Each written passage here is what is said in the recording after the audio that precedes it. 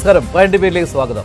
കപടദേശവാദി, നാട്ടിൽ മതജാതി വ്യാധി, തലവനില്ല ആദി, നാട് ചുറ്റിടാൻ നിന്റെ നികുതി, വാളെടുത്തവന്റെ കയ്യിലാണ് നാട് പാതി. പ്രധാനമന്ത്രി നരേന്ദ്രമോദിയെ അധിക്ഷേപിച്ച് സ്റ്റേജിൽ റാപ്പ് പാടിയ വേടനെതിരെ NIA വരുമോ? കഞ്ചാവ് കേസിൽ പിടിയിലായിട്ടും രാഷ്ട്രീയ പ്രസ്ഥാനങ്ങളുടെ പിന്തുണയോടെ പൂർവാധികം ശക്തിയോടെ തിരിച്ചുവരവ് നടത്തിയ വേടനെ പൂട്ടാൻ BJPയുടെ പുതിയ ആപ്പ്.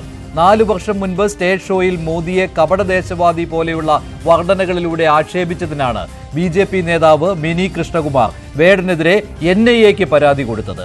വേടൻ മോദിയെ അധിക്ഷേപിച്ചു. പ്രൈം ഡിബേറ്റ് ചർച്ച ചെയ്യും.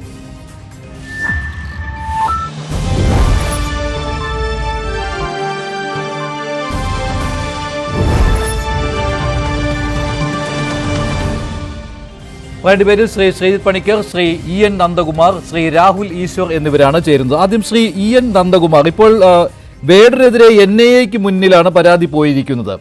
അത് BJPയുടെ നേതാവ് പാലക്കാട് നഗരസഭയുടെ കൗൺസിലറുമായ മിനി കൃഷ്ണകുമാറാണ് ഈ പരാതി കൊടുത്തിട്ടുള്ളത്. കേസെടുക്കണമെന്ന ആവശ്യമാണ് ഉന്നയിച്ചിരിക്കുന്നത്. പ്രധാനമന്ത്രി നരേന്ദ്രമോദിയെ കപടദേശവാദി മുതലായ വർണ്ണനകളിലൂടെ, അത് വേടന്റെ ഒരു സ്റ്റേജിൽ പാടിയ റാപ്പാണ്, അതിപ്പോൾ കേട്ടതാണല്ലോ. ഇത് ഈ പരാതി, താങ്കൾ ഈ പരാതിയെ എങ്ങനെയാണ് കാണുന്നത്? മോദിയെ അധിക്ഷേപിക്കുന്ന രീതിയിൽ, പ്രധാനമന്ത്രിയെ അധിക്ഷേപിക്കുന്ന രീതിയിലാണോ ഈ വേടന്റെ ഈ പ്രകടനം?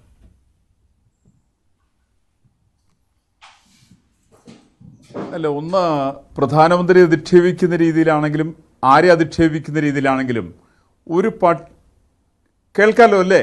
കേൾക്കാം. ആ തരത്തിലൊരു പാട്ട് ഒരു സംഗീതജ്ഞനിൽ നിന്ന് വരാൻ പാടില്ലാത്തതാണ്. അത് വളരെ വളരെ വളരെ മോശമാണ്. കാരണം അദ്ദേഹത്തിൻ്റെ ഈ വേടൻ എന്ന് പറയുന്ന ആളുടെ മുഴുവൻ അദ്ദേഹത്തിൻ്റെ ജീവിതചര്യകളും അദ്ദേഹത്തിൻ്റെ പ്രവർത്തനങ്ങളെല്ലാം എനിക്ക് ദുരൂഹത ഫീൽ ചെയ്യാറുണ്ട്. അല്ലാതെ ഒരുപക്ഷെ അദ്ദേഹത്തിൻ്റെ ഏതെങ്കിലും ഒരു ആൾക്കെതിരെന്നുള്ള നിലയ്ക്കല്ല ഞാൻ എടുക്കുന്നത്. ഇപ്പോൾ വേടൻ എന്ന് പറയുന്ന ആളുടെ ഒരു സംഗീതജ്ഞൻ എന്ന നിലയ്ക്കോ അല്ലെങ്കിൽ പാട്ടുകാരൻ എന്ന നിലയ്ക്കുള്ള അദ്ദേഹത്തിൻ്റെ എഴുത്തുകാരൻ എന്ന നിലയ്ക്കുള്ള അദ്ദേഹത്തിൻ്റെ ക്രയവിക്രയങ്ങളെ സംബന്ധിച്ച് എനിക്ക് സംസാരിക്കാൻ ഉദ്ദേശമില്ല. കാരണം നമ്മൾ അതിനെ അധിക്ഷേപിക്കുന്നതിൽ അർത്ഥമില്ല. ഒരു വ്യക്തി എന്നുള്ള നിലയ്ക്കല്ല, മറിച്ച് വേടൻ എന്ന് പറയുന്ന ആളുടെ ഉള്ളിലുള്ള ചില ദുരൂഹതകളുണ്ട്. വേടൻ വാസ്തവത്തിൽ വേടനാണോ എന്നുള്ളതാണ് എൻ്റെ പ്രശ്നം.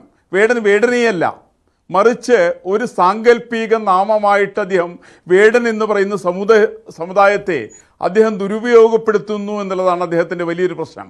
ആ തരത്തിൽപ്പെട്ട ഒരാൾ ഭാരതത്തിൻ്റെ പ്രധാനമന്ത്രിക്ക്, ഈ പ്രധാനമന്ത്രിക്കെതിരായിട്ട് മാത്രമല്ല, ആദ്യ പ്രധാനമന്ത്രിമാരിൽ ഒരാളായിരുന്ന രാജീവ് ഗാന്ധിക്കെതിരായിട്ട് പോലും അദ്ദേഹത്തിൻ്റെ പ്രയോഗം ഇത്തരത്തിൽ വന്നിട്ടുണ്ട്. രാജീവ് ഗാന്ധിയെ വധപ്പെടുത്തിയിരിക്കുന്ന LTTE അദ്ദേഹം പ്രകീർത്തിച്ചുകൊണ്ട് അദ്ദേഹത്തിൻ്റെ പാട്ടുകൾ വന്നിട്ടുണ്ട്. അതിൽ അദ്ദേഹം പറഞ്ഞിരിക്കുന്ന പ്രധാനമായിട്ട് അവിടെ ലങ്കയിലെ പുലികൾ അലറി വിളിക്കുന്നു എന്നാണ്. ആരാ ലങ്കയിലെ പുലികൾ? ലങ്കയിലെ പുലികൾ എന്ന് പറഞ്ഞ LTTEക്കാരാണ്. ആ LTTEക്കാരുടെ അവരാണ് രാജീവ് ഗാന്ധിയെ വധിച്ചത്, അവരാണ്.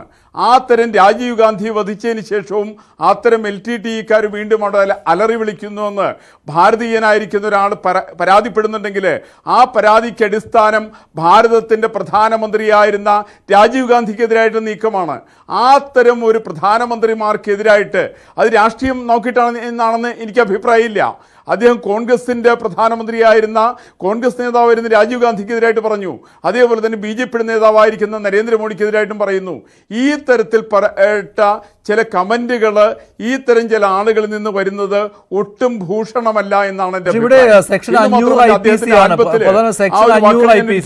500 IPC പ്രകാരം കേസെടുക്കണമെന്നുള്ളതാണ് പ്രധാനപ്പെട്ട ആവശ്യം. ഡിഫമേഷൻ ഓഫ് പബ്ലിക് ഫിഗേഴ്സ് ആണല്ലോ അതിനകത്ത് വരുന്നത്. പക്ഷേ ഈ രാഷ്ട്രീയം, സ്വന്തം രാഷ്ട്രീയം എന്താണ് എന്ന് തുറന്നു പറഞ്ഞിട്ടുള്ള ആളാണ് വേടൻ. അപ്പോൾ അദ്ദേഹം തൻ്റെ പാട്ടുകളിലൂടെ തൻ്റെ രാഷ്ട്രീയം വെളിവാക്കുന്നതാണ്. അഭിപ്രായ സ്വാതന്ത്ര്യത്തിൻ്റെ പരിധിയിലും ഇത് വരുന്ന കാര്യം തന്നെയാണല്ലോ. അപ്പോൾ പിന്നെ ഈ സെക്ഷൻ 500 IPC ഒക്കെ വേടനെതിരെ ചുമത്തണമെന്ന് പറയുന്നത് അഭിപ്രായ സ്വാതന്ത്ര്യത്തിന്മേൽ ഞങ്ങൾ അനുവദിക്കില്ല അഭിപ്രായ സ്വാതന്ത്ര്യം എന്നതിനുള്ള ഒരു ഉദാഹരണം കൂടിയായി മാറുകയാണല്ലോ. അല്ല, അങ്ങനെയല്ല. കാരണം വേടൻ ആരെയാണ് കൃത്യമായിട്ട് വിമർശിക്കുന്നതെന്ന് വളരെ ബോധ്യം വരേണ്ടതാണ്. വേടൻ കൃത്യമായിട്ട് വിമർശിക്കുന്ന ചില വിഭാഗങ്ങൾ മാത്രമാണ്. ഇപ്പം യസീദികളുടെ പ്രശ്നം എന്നാൽ അദ്ദേഹത്തിൻ്റെ പ്രശ്നമല്ല. യസീദികളുടെ പ്രശ്നം അദ്ദേഹത്തിൻ്റെ പ്രശ്നമല്ല. പലസ്തീൻ്റെ പ്രശ്നം അദ്ദേഹത്തിൻ്റെ പ്രശ്നമാണ്. അതേപോലെ തന്നെ ഈ കാശ്മീരിലെ പണ്ഡിറ്റുകളുടെ പ്രശ്നം അദ്ദേഹത്തിൻ്റെ പ്രശ്നമല്ല. അവിടെയുള്ള രോഹിംഗ്യൻസിൻ്റെ പ്രശ്നം അദ്ദേഹത്തിൻ്റെ പ്രശ്നമാണ്. അദ്ദേഹത്തിൻ്റെ പ്രശ്നമായിട്ട് അദ്ദേഹം ചൂണ്ടിക്കാണിക്കുന്ന മുഴുവൻ തീവ്രവാദ പ്രസ്ഥാനങ്ങളുടെ പ്രശ്നങ്ങൾ മുഴുവൻ അദ്ദേഹത്തിൻ്റെ പ്രശ്നങ്ങളായിട്ട് അദ്ദേഹം എടുത്തു കാണിക്കുന്നു. അത് ഏതൊരു സാഹചര്യത്തിലാണെന്ന് എനിക്കറിയില്ല. അതൊരു ശരിയായിട്ടുള്ള രീതിയാണോ എന്ന് എനിക്ക് പറയാൻ സാധ്യമല്ല. പക്ഷേ ഞാൻ മനസ്സിലാക്കുന്നത് ഭാരതത്തിൻ്റെ പ്രധാനമന്ത്രിമാർക്കെതിരായിട്ട് വ്യാപകമായിട്ടുള്ള രീതിയിലുള്ള ഇത്തരം പ്രയോഗങ്ങൾ വേടൻ എന്ന് പറയുന്ന ആൾ, ഞാൻ വേടൻ എന്ന് പറയുന്ന ആളെന്ന് പറയാൻ കാരണം സത്യത്തിൽ ഇദ്ദേഹം വേടനല്ല, ഇദ്ദേഹം വേട സമുദായത്തിൽപ്പെട്ട ആളെയല്ല. ഇദ്ദേഹത്തിൻ്റെ അമ്മ ശ്രീലങ്കക്കാരിയായിരിക്കുന്ന സ്ത്രീയാണ്. ഇദ്ദേഹത്തിൻ്റെ അച്ഛൻ ഇവിടെ തന്നെയുള്ള മറ്റൊരു സമുദായത്തിൽപ്പെട്ട ആളാണ്. ഇദ്ദേഹം ഒരു പിന്നാക്ക സമുദായക്കാരനാണ്. ഒരിക്കലും ഇദ്ദേഹം ഒരു ദളിത് വിഭാഗത്തിൽപ്പെട്ട ആളല്ല. മറിച്ച് ഇദ്ദേഹം ആക്ഷേപിക്കുന്നത് പൂർണ്ണമായിട്ട് ദളിത് വിഭാഗത്തിൽപ്പെട്ട ആളുകളാണ് ഇദ്ദേഹം ആക്ഷേപിക്കുന്നത്. ഇദ്ദേഹം പറയുന്ന ആർക്കെതിരായിട്ടാണ്? ഇദ്ദേഹത്തിൻ്റെ വീട്ടിലെ പട്ടിക്ക് ഇദ്ദേഹം ഇട്ടിരിക്കുന്ന പേര് അത് ബുദ്ധൻ്റെ പേരിലാണ് അദ്ദേഹം ഇട്ടിരിക്കുന്നത്. ഇദ്ദേഹത്തിന് എന്താ ബുദ്ധനോട് ഇത്ര വലിയ ദേഷ്യം എന്താണുള്ളത്? ഇന്ന് ബുദ്ധൻ എന്ന് പറഞ്ഞാൽ മലയാളികളെ സംബന്ധിച്ച് അംബേദ്കറുടെ നേതൃത്വത്തിൽ 5 ലക്ഷം ആളുകൾ ബുദ്ധമതത്തിൽ ചേർന്നതിന് ശേഷം മലയാളികളെ സംബന്ധിച്ച് ഒരു ദളിത് ഒരു വലിയൊരു ഐക്കണാണ് നമ്മളെ സംബന്ധിച്ച് ബുദ്ധൻ. ആ ഐക്കണെയാണ് വാസ്തവത്തിൽ ഈ പറയുന്ന വേടൻ ആക്ഷേപിക്കുന്നത്. അങ്ങനെ ആക്ഷേപിക്കാൻ ആരാണ് വേടൻ അധികാരം കൊടുത്തത് എന്നുള്ളതൊരു വലിയൊരു ചോദ്യചിഹ്നമാണ്. അത്തരം അങ്ങനെയുള്ളൊരു വേടനാണ് ഇന്ത്യൻ പ്രധാനമന്ത്രി, മുൻ പ്രധാനമന്ത്രിയെ, വധിക്കപ്പെട്ട പ്രധാനമന്ത്രിയെയും നിലവിലിരിക്കുന്ന പ്രധാനമന്ത്രിയെയും ഒരേപോലെ തന്നെ ആക്ഷേപിക്കുന്നത് എന്നുള്ളത് വളരെ ദുരൂഹമാണ്. പക്ഷെ അദ്ദേഹത്തിനെതിരെ ഈ NIAക്ക് പരാതി പോവുക എന്ന് പറയുമ്പോൾ ഇപ്പോഴത്തെ സാഹചര്യം കൂടി നോക്കണം. ശ്രീ EN നന്ദകുമാർ, ഈ പറയുന്ന കൺസേർട്ട് അത് വേടൻ നടത്തിയത് ഏതാണ്ട് 5 വർഷങ്ങൾക്ക് മുൻപാണ്. അദ്ദേഹത്തിന്റെ വോയിസ് ഓഫ് വോയിസ്ലെസ് എന്ന് പറയുന്ന ആ ആൽബത്തിൽ മോദി എന്നുള്ള പരാമർശമില്ല. പക്ഷേ ആ സ്റ്റേജിൽ അദ്ദേഹം 5 വർഷം മുൻപ് പാടിയ ആ പ്രത്യേക കൺസേർട്ടിൽ, ആ സ്റ്റേജ് ഷോയിൽ മോദി എന്ന് പറയുന്നുണ്ട്. മോദി കപടദേശവാദി എന്നാണ് പറഞ്ഞു തുടങ്ങുന്നത്. പക്ഷേ ആ ആൽബം നോക്കിക്കഴിഞ്ഞാൽ അതിനകത്ത് കപടദേശവാദി എന്നേ ഉള്ളൂ. അപ്പോൾ ആരെ വേണമെങ്കിലും ആകാം എന്ന് വാദിക്കാം. പക്ഷെ ഈ 5 വർഷം മുൻപുള്ളത് എടുത്ത് പറയുന്നു എന്ന് പറയുമ്പോൾ വേടനെ തെരഞ്ഞെടുപ്പിച്ച് പിന്തുടർന്ന് ആക്രമിക്കുക അല്ലെങ്കിൽ പിന്തുടർന്ന് വേട്ടയാടുക എന്നോ കൂടി ഉണ്ടല്ലോ. ആ ഒരു വ്യാഖ്യാനവും വരുമോടെ? അല്ല, അത് എന്ത് വേണമെങ്കിലും വ്യാഖ്യാനം വേണമെങ്കിൽ കൊടുക്കാം. പക്ഷേ വേടനെ പിന്തുടരുക എന്നുള്ളത് ഞാൻ മനസ്സിലാക്കുന്നത് ആരെ സംബന്ധിച്ച് ലക്ഷ്യമല്ല. കാരണം അത്ര ഒരു വലിയൊരു ഐക്കണൊന്നുമല്ല വേടൻ എന്ന് പറയുന്നത്. വേടൻ എന്ന് പറയുന്നത് അത്ര വലിയ ആളൊന്നുമില്ല. ഞാൻ തന്നെ വാസ്തവത്തിൽ വേടനെ മനസ്സിലാക്കിയത് അന്ന് 6 ഗ്രാം കഞ്ചാവുമായിട്ട് വേടനെ പിടിച്ച സമയത്താണ് ഞാൻ മനസ്സിലാക്കിയത്. ഈവൻ ടു അന്ന് മീറ്റുവിൻ്റെ സമയത്ത് പോലും ഉണ്ട് അദ്ദേഹത്തിൻ്റെ പ്രശ്നങ്ങളുണ്ട്. അദ്ദേഹത്തിൻ്റെ ലൈംഗിക ആരോപണങ്ങൾക്കെതിരായിട്ട് ചില സ്ത്രീകൾ പരാതിപ്പെട്ട് വരും പോലും ഞാനൊക്കെ അറിഞ്ഞ വളരെ അടുത്ത കാലത്താണ്. എന്ന് വെച്ചാൽ അത്രയ്ക്കൊരു ശ്രദ്ധിക്കപ്പെടുന്ന ആളാണ് ഈ പറയുന്ന വേടൻ എന്ന് പറയുന്ന എന്തോ ഒരു മുരളി. അദ്ദേഹം എനിക്ക് അത്ര വലിയ ആളെന്ന് എനിക്ക് തോന്നിയിട്ടില്ല. അപ്പം അതുകൊണ്ട് അദ്ദേഹം ഈ വേടൻ എന്ന പദപ്രയോഗം തന്നെ അദ്ദേഹം ഉപയോഗിക്കുന്നത് ഒരിക്കലും മാന്യമല്ല എന്നാണ് എൻ്റെ അഭിപ്രായം. അത് അദ്ദേഹത്തിന് ഒരു ദളിത് പരിവേഷം കിട്ടാൻ വേണ്ടി ശ്രമിക്കുന്നതാണ്. അദ്ദേഹത്തിന് ദളിത് പരിവേഷത്തിൻ്റെ അർഹനായിട്ടുള്ള ആളല്ല അദ്ദേഹം ചെയ്യുന്ന പ്രവർത്തനങ്ങൾ പലപ്പോഴും നമ്മളെ സംബന്ധിച്ച് ഒരു പരത്തിൽ പറഞ്ഞാൽ ദേശവിരുദ്ധമായിരിക്കുന്ന പ്രവർത്തനങ്ങളാണ്. ഈ ദേശത്തിൻ്റെ ഐക്കൺസിനെ ആണ് അദ്ദേഹം ആക്ഷേപിക്കുന്നത്. അദ്ദേഹം ആക്ഷേപിക്കുന്ന ബുദ്ധനെയാണ്, അദ്ദേഹം ആക്ഷേപിക്കുന്ന അംബേദ്കറെയാണ്, അദ്ദേഹം ആക്ഷേപിക്കുന്ന രാജീവ് ഗാന്ധിയാണ്, അദ്ദേഹം ആക്ഷേപിക്കുന്ന നരേന്ദ്രമോദിയാണ്. ഈ തരത്തിലൊരു പാട്ടുകാരൻ്റെ, കലാകാരൻ്റെ പേര് പറഞ്ഞുകൊണ്ട് നമ്മുടെ എല്ലാം ഐക്കൺസ് ആയിരിക്കുന്ന ആളുകൾ ആക്ഷേപിക്കുന്നത് ഒരു കാരണവശാലും നീതീകരിക്കാൻ സാധിക്കില്ല എന്നുള്ളതാണ് എൻ്റെ അഭിപ്രായം. ശരി, ശ്രീ പണിക്കർ, ഇപ്പോൾ 1, 2, 3, 4, 5 കാര്യങ്ങൾ പറഞ്ഞുകൊണ്ടാണ് ഈ പരാതി NIAക്ക് പോയിരിക്കുന്നത്. BJP നേതാവ് മിനി കൃഷ്ണകുമാറാണ് ഈ പരാതി കൊടുത്തിരിക്കുന്നത്. BJP പക്ഷേ ഔദ്യോഗികമായിട്ട് ഇങ്ങനെ ഒരു പരാതി കൊടുത്തിട്ടില്ല. അവരുടെ ഒരു വ്യക്തിപരമായ താല്പര്യമെന്നാണ് ഞാൻ മനസ്സിലാക്കുന്നത്. കാരണം ഇങ്ങനെ ഒരു ചർച്ചയിൽ പോലും BJP ഞങ്ങളുടെ പ്രതിനിധിയെ വിടുന്നില്ല എന്നാണ് പറഞ്ഞിരുന്നത്. Shri Panicker, 1 defamation of public figures section 500 IPC. 2 promoting enmity between different groups on grounds of religion, race, place of birth, residence, language etcetera. Section 153A statements conducing to public mischief, use of caste-based slurs and promoting caste discrimination, misuse of digital platforms to incite violence or hatred എന്നുള്ളതാണ്. ഇതിലേതെങ്കിലും താങ്കൾ യോജിക്കുന്നുണ്ടോ ഇങ്ങനെ പരാതി പോകുമ്പോൾ? മഞ്ജുഷ്, ഇത് വളരെ ഒരു ക്രിയേറ്റീവ് ഫ്രീഡം അല്ലെങ്കിൽ ഫ്രീഡം ഓഫ് എക്സ്പ്രഷൻ്റെ പരിധി എവിടെ വരെയാണ്, അത് എവിടെ വെച്ചിട്ടാണ് അബ്യൂസായിട്ട് മാറുന്നത് എന്നതുമായി ബന്ധപ്പെട്ട് ഒരു തിൻ ലൈനാണ് ഇതിനെ രണ്ടും സെപ്പറേറ്റ് ചെയ്യുന്നത് എന്ന് നമുക്കറിയാം. അപ്പോൾ ആ തിൻ ലൈൻ എത്രയാണ്, ഏത് അളവ് വരെയാണ് എന്നുള്ളത് വളരെ കോഷൻ എക്സസൈസ് ചെയ്യേണ്ടുന്ന ഒരു കാര്യമാണ് എന്നുള്ളതാണ് ഉത്തരവാദിത്തപ്പെട്ട ഒരു പബ്ലിക് ഫിഗർ ചെയ്യേണ്ടുന്ന കാര്യം. അത് അൺഫോർച്ചുനേറ്റ്ലി രണ്ട് ഭാഗത്തു നിന്നും ഉണ്ടാകുന്നില്ല എന്നൊരു പ്രശ്നമുണ്ട്. കാരണം വേടനെ ക്രിട്ടിസൈസ് ചെയ്യുന്ന ആൾക്കാരാണെങ്കിലും വേടന് വേണ്ടി മറ്റുള്ള ആൾക്കാരെ ക്രിട്ടിസൈസ് ചെയ്യുന്ന ആൾക്കാരാണെങ്കിലും വേടന്റെ തന്നെ ആവിഷ്കാരത്തിന്റെ ഭാഗമായിട്ടുള്ള കൃതികളിൽ വന്നിരിക്കുന്ന കാര്യങ്ങളാണെങ്കിലും ഒക്കെ തന്നെ ആവിഷ്കാര സ്വാതന്ത്ര്യവും അഭിപ്രായ സ്വാതന്ത്ര്യവുമാണ് എന്ന് വാദിക്കാവുന്നതും എന്നാൽ അത് വിദ്വേഷം വളർത്തുന്നതാണ് എന്ന് വാദിക്കാവുന്നതുമായിട്ടുള്ള സ്കോപ്പുള്ള പരാമർശങ്ങളാണ് എന്നുള്ളതാണ് പ്രധാനം. ഇപ്പോൾ വേടനെതിരെയുള്ള ആരോപണം അല്ലെങ്കിൽ അദ്ദേഹത്തിനെതിരെ വന്നിരിക്കുന്ന പരാതി അതിനെ ഐസൊലേഷനിൽ നമ്മൾ ചർച്ച ചെയ്തുകൊണ്ട് കാര്യമുണ്ടെന്ന് എനിക്ക് തോന്നുന്നില്ല. അല്ല, വിമർശനമാണോ അധിക്ഷേപമാണോ? രണ്ടും രണ്ടായിട്ട് കാണണമെന്നാണോ? വിമർശിക്കുന്നതിൽ തെറ്റില്ല, അധിക്ഷേപിക്കരുത് എന്നുള്ളത്. നിശ്ചയമായും ഏതൊരു വ്യക്തിയും വിമർശനത്തിന് വിധേയനാണ്. ഇന്ത്യയുടെ പ്രധാനമന്ത്രിയും പ്രസിഡന്റും ഉൾപ്പെടെ നമ്മുടെ ഭരണഘടന പോലും വിമർശന വിധേയമാണ് എന്ന് തന്നെയാണ് നമ്മുടെ നാഷണൽ ഓണേഴ്സിനെ ഇൻസൾട്ട് ചെയ്യരുത് എന്ന് പറയുന്ന ആക്ടിൽ തന്നെ പറയുന്നത്. നമ്മുടെ ദേശീയ ചിഹ്നങ്ങളെല്ലാം തന്നെ അതിലെന്തെങ്കിലും ഒരു മാറ്റം വരുത്തണമെന്നുള്ള ഉദ്ദേശത്തിൽ നമുക്കതിനെ ക്രിയേറ്റീവായിട്ട് ക്രിട്ടിസൈസ് ചെയ്യാനുള്ള അവകാശമുണ്ട്. പക്ഷെ അതിനെ അവഹേളിക്കാൻ പാടില്ല. അതായത് ഇപ്പോൾ ഉദാഹരണത്തിന് ദേശീയ പതാകയെ വെട്ടിക്കീറുന്നതിനോ കത്തിക്കുന്നതിനോ ഒന്നും പാടില്ല. പക്ഷേ അതുമായി ബന്ധപ്പെട്ട അഭിപ്രായം പറയുന്നതിന് യാതൊരു വിധത്തിലുള്ള വിലക്കുമില്ല എന്നുള്ളത് ആ ആക്ടിൽ തന്നെ പറയുന്നുണ്ട്. അപ്പം അതുകൊണ്ടാണ് ഞാൻ പറഞ്ഞത്, അത് എവിടെയാണ് ഒരു അഭിപ്രായ സ്വാതന്ത്ര്യത്തിലേക്ക് വരുന്ന സമയത്ത് ഒരു പ്രവൃത്തിയല്ലല്ലോ, വാക്കുകൊണ്ട് പറയുന്നതാണ്. അപ്പോൾ പറയുന്ന സമയത്ത് ഇതിൻ്റെ അതിർവരമ്പുകൾ എവിടെയാണ് എന്നുള്ളത് അലിഞ്ഞലിഞ്ഞില്ലാതെയാകുന്നതാണ്, അഥവാ ഓരോരുത്തർക്കും അവർക്ക് ഇഷ്ടമുള്ള രീതിയിൽ വ്യാഖ്യാനിക്കാൻ പറ്റുന്നതാണ്. ഇപ്പോൾ പ്രധാനമന്ത്രിയെ അവഹേളിച്ചു അല്ലെങ്കിൽ അദ്ദേഹത്തിനെ കപട ദേശീയവാദി എന്ന് വിളിക്കുന്നു. അപ്പോൾ ഇതിനെ വേണമെങ്കിൽ ആൾക്കാർക്ക് എന്ത് പറയാം? വേടൻ അദ്ദേഹത്തിൻ്റെ ആവിഷ്കാരത്തിലൂടെ അദ്ദേഹത്തിൻ്റെ രാഷ്ട്രീയമാണ് പറയുന്നത് എന്നും വേടൻ ഇന്ത്യൻ പ്രധാനമന്ത്രിയെ അടക്കം വിമർശിക്കാനുള്ള സ്വാതന്ത്ര്യമുണ്ട് എന്നും ആൾക്കാർക്ക് വേണമെങ്കിൽ വാദിക്കാം. ഏതാനും വർഷങ്ങൾക്ക് മുൻപാണ് കോൺഗ്രസിന്റെ മുതിർന്ന നേതാവായിട്ടുള്ള അശോക് ഗെഹ്ലോട്ട് നരേന്ദ്രമോദിയെ ഇതേ വാക്ക് തന്നെ ഉപയോഗിച്ച് അദ്ദേഹം അടയാളപ്പെടുത്താനായിട്ട് ശ്രമിച്ചത്. സ്യൂഡോ നാഷണലിസ്റ്റ് അല്ലെങ്കിൽ അദ്ദേഹം പ്രചരിപ്പിക്കാൻ ഇവിടെ ശ്രമിക്കുന്നത് സ്യൂഡോ നാഷണലിസമാണ് എന്നാണ് പറഞ്ഞത്. അതിന്റെ മലയാളം എന്താണ്? കപട ദേശീയത എന്നതാണ്. അപ്പോൾ ആ സമയത്ത് ആരെങ്കിലും അദ്ദേഹത്തിനെതിരെ കേസ് കൊടുത്തിട്ടുണ്ടോ എന്ന് എനിക്കറിയില്ല. അതന്നൊരു രാഷ്ട്രീയ ആരോപണം എന്ന നിലയ്ക്ക് മാത്രമാണ് അത് കണ്ടത്. മാധ്യമങ്ങളടക്കം അത് റിപ്പോർട്ട് ചെയ്തതാണ്. പക്ഷേ അതൊരു രാഷ്ട്രീയ ആരോപണം എന്ന നിലയ്ക്ക് കണ്ടു.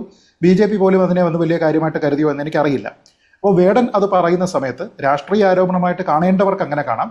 പക്ഷെ അതല്ല എങ്കിൽ ഒരു ഹൈ ഓഫീസിനെ അപമാനിക്കുകയാണ് എന്ന രീതിയിലേക്ക് തോന്നാം. ഇപ്പൊ നേരത്തെ പറഞ്ഞു, എനിക്ക് തോന്നുന്നു BJP ആ രീതിയിൽ തന്നെ അതൊരു രാഷ്ട്രീയ ആരോപണം എന്ന രീതിയിൽ തന്നെയാണ് കാണുന്നതെന്ന് തോന്നുന്നുണ്ട് കേട്ടോ. കാരണം BJP ഔദ്യോഗികമായിട്ട് ഇക്കാര്യത്തിൽ ഒരു പ്രതികരണം നടത്തിയിട്ടില്ല. വേടനെ ഈ രീതിയിൽ വിമർശിക്കുവാൻ BJP ഉദ്ദേശിക്കുന്നുമില്ല. ഇതിപ്പോൾ മിനി കൃഷ്ണകുമാറിന്റെ വ്യക്തിപരമായ ഒരു തീരുമാനമെന്നേ പറയാൻ പറ്റുകയുള്ളൂ. ഇങ്ങനെ ഒരു കാരണം അവർക്കതിൽ വിമർശനമുണ്ട് എങ്കിൽ അവർക്കതിൽ വേടൻ പറഞ്ഞിരിക്കുന്നത് രാഷ്ട്രീയമായിട്ട് മാത്രമല്ല, അദ്ദേഹം പറഞ്ഞിരിക്കുന്നത് ഒരു ഹൈ ഓഫീസിനെ നിന്ദിക്കുകയാണ് എന്നൊരു അഭിപ്രായം BJPക്ക് ഉണ്ട് എങ്കിൽ ആ അഭിപ്രായം അവർ മറച്ചു വെക്കേണ്ടുന്ന കാര്യമില്ല, അതിനെക്കുറിച്ച് അവർ സംസാരിക്കാതിരിക്കേണ്ടുന്ന കാര്യമില്ല. പക്ഷെ അങ്ങനെ അവർ സംസാരിക്കുന്നില്ല എന്നാണ് ഞാൻ മനസ്സിലാക്കുന്നത്. പക്ഷെ ഇതിനോടൊപ്പം തന്നെ നമ്മൾ വേടനോട് ചോദിക്കേണ്ടുന്ന ഒരു ചോദ്യമുണ്ട്. അതായത് അദ്ദേഹത്തിന്റെ ആവിഷ്കാരമാണ്, അദ്ദേഹത്തിന്റെ കലയാണ്, അതിലൂടെ അദ്ദേഹം അദ്ദേഹത്തിന്റെ രാഷ്ട്രീയമായിട്ടുള്ള സന്ദേശങ്ങൾ കൊടുക്കുന്നുണ്ടാകും. ഇതെല്ലാം സ്വാതന്ത്ര്യമാണ്. പക്ഷെ നമ്മൾ പലപ്പോഴും ഈ ജാതി പരാമർശം ഉണ്ടാകുമ്പോൾ ഇവിടെ ഉണ്ടായൊരു ചർച്ചയുണ്ട്. സോഷ്യൽ ഡിവൈഡ് സൃഷ്ടിക്കുന്നതിന് വേണ്ടിയിട്ട് കലയിലൂടെ നമ്മൾ ശ്രമിക്കേണ്ടതുണ്ടോ എന്നുള്ളൊരു കാര്യം. കാരണം നമ്മൾ പലപ്പോഴും ദളിത് വിഭാഗം അല്ലെങ്കിൽ നിയമപരമായി പ്രൊട്ടക്ഷനുള്ള വിഭാഗത്തിനെ പറ്റി സംസാരിക്കുന്ന സമയത്ത് അത് പറയും. പക്ഷേ നമ്മുടെ ഏതെങ്കിലും ഒരു കലാവിഷ്കാരത്തിൽ മറ്റുള്ള വിഭാഗങ്ങളിൽ, അതായത് ദളിത് ഇതര വിഭാഗങ്ങളിലുള്ള ആൾക്കാരെ അവഹേളിക്കുന്നതോ അവരെ കളിയാക്കുന്നതോ അവരെ നിന്ദിക്കുന്നതോ ആയിട്ടുള്ള പരാമർശങ്ങൾ ഉണ്ടെങ്കിൽ സെയിം ലൈറ്റിലോ സെയിം വെയിനിലോ നമ്മൾ കാണാനായിട്ട് പലപ്പോഴും ശ്രമിക്കാറില്ല. അപ്പോൾ ഇത് ഏകപക്ഷീയമാണോ? ഈ പൊളിറ്റിക്കൽ ഹേട്രഡ് എന്ന് പറയുന്നത് കലയുടെ ഒരു ഭാഗമാകേണ്ടതുണ്ടോ? അങ്ങനെ പൊളിറ്റിക്കൽ ഹേട്രഡ് സ്പ്രെഡ് ചെയ്യുന്നതിന് യാതൊരു വിധത്തിലുള്ള നിയന്ത്രണങ്ങളും ഉണ്ടാകേണ്ടതല്ലേ തുടങ്ങിയ ചോദ്യങ്ങളും ഇവിടെ പ്രസക്തമാണെന്നാണ് ഞാൻ കരുതുന്നത്. ഇപ്പോൾ ഒരു ഉദാഹരണം പറഞ്ഞാൽ NR മധു, അദ്ദേഹം കേസരിയുടെ ആളാണ്. അദ്ദേഹത്തിൻ്റെതായിട്ടുള്ള വിവാദമായിട്ടുള്ള കേസിനാസ്പദമായിട്ടുള്ള ഒരു പരാമർശം ഉണ്ടായിരുന്നു. വളർന്നു വരുന്ന തലമുറയിലേക്ക് വിഷം കുത്തിവെക്കുന്ന കലാഭാസമാണ് വേടൻ്റേത് എന്നോ മറ്റുമാണ് അദ്ദേഹം പറഞ്ഞിരിക്കുന്നത്. അപ്പോൾ അങ്ങനെ നോക്കിക്കഴിഞ്ഞാൽ എന്താണ്?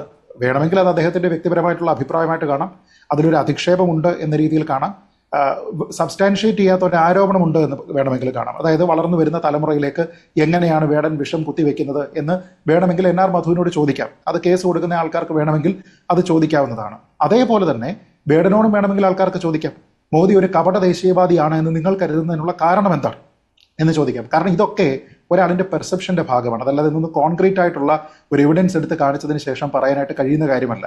ഏതൊരു കാര്യത്തിനും കറുപ്പും വെളുപ്പും എന്ന് പറയുന്നത് പോലെ രണ്ട് അഭിപ്രായങ്ങൾ ഉണ്ടാകാം എന്ന് പറയുന്നത് പോലെ ഇതൊരു പെർസ്പെക്റ്റീവിൻ്റെ മാത്രം വിഷയമാണ്. ഞാനതുകൊണ്ട് കരുതുന്നത് ഇതിനെ BJP ഇപ്പോൾ സ്വീകരിച്ചിരിക്കുന്ന ഒരു സമീപനം, മഞ്ജുഷ പറഞ്ഞതുപോലെ ഞാനും അങ്ങനെയാണ് മനസ്സിലാക്കുന്നത്, ഇതിനെ ഒരു വിവാദമാക്കേണ്ടതില്ല എന്നവർ കരുതുന്നുണ്ടെങ്കിൽ അത് രാഷ്ട്രീയമായിട്ട് വേടൻ്റെ ആവിഷ്കാര സ്വാതന്ത്ര്യത്തിൽ പെടുന്നതാണ് എന്നവർ കരുതുന്നുണ്ടാകാം.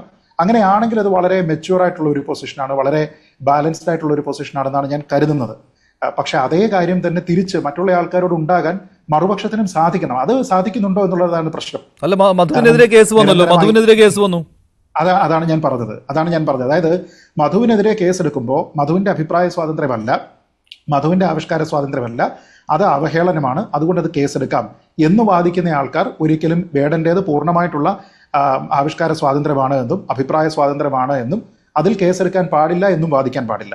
അതിൽ കേസെടുക്കാമെങ്കിൽ ഇതിലും കേസെടുക്കാം, അത് അഭിപ്രായ സ്വാതന്ത്ര്യമാണെങ്കിൽ മറ്റേതും അഭിപ്രായ സ്വാതന്ത്ര്യമാണ് എന്ന നിലയ്ക്ക് ഒരുപക്ഷെ കാണാനുള്ള ഒരു മെച്യൂരിറ്റി ആൾക്കാർക്ക് ഉണ്ടാകണം. അത് ഉണ്ടാകാതെ വരുന്ന സമയത്താണ് നമ്മൾ ഈ പറയുന്ന സോഷ്യൽ ഡിവൈഡ് എന്ന് പറയുന്നതോ ഒരു പൊളിറ്റിക്കൽ ഹേട്രഡ് എന്ന് പറയുന്നത്. വേടന്റെ കാര്യത്തിൽ ഇത് പുതിയൊരു എപ്പിസോഡാണ്. ഈ പറയുന്ന പ്രധാനമന്ത്രി നരേന്ദ്രമോദിക്കെതിരെ അധിക്ഷേപ പരാമർശം നടത്തി സ്റ്റേജിൽ, അത് 5 വർഷം മുൻപ് നടന്ന സംഭവമാണ്, അതിപ്പോൾ കുത്തിപ്പൊക്കി കൊണ്ടുവന്നിരിക്കുകയുമാണ്.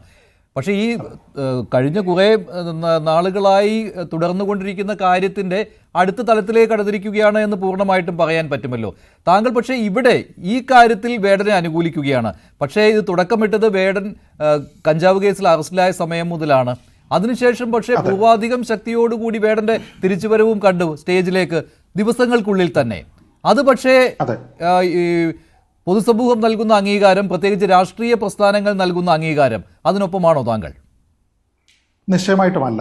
കാരണം നമ്മൾ എല്ലായ്പ്പോഴും പറയും, നിങ്ങളൊരു തെറ്റ് ചെയ്തിട്ടുണ്ടെങ്കിൽ ആ തെറ്റ് നിങ്ങൾ മനസ്സിലാക്കി നിങ്ങളത് തിരുത്തി വന്നതിന് ശേഷമാണ് ഒരു സമൂഹം ആ ആളിനോട് അക്സെപ്റ്റ് ചെയ്യേണ്ടത്.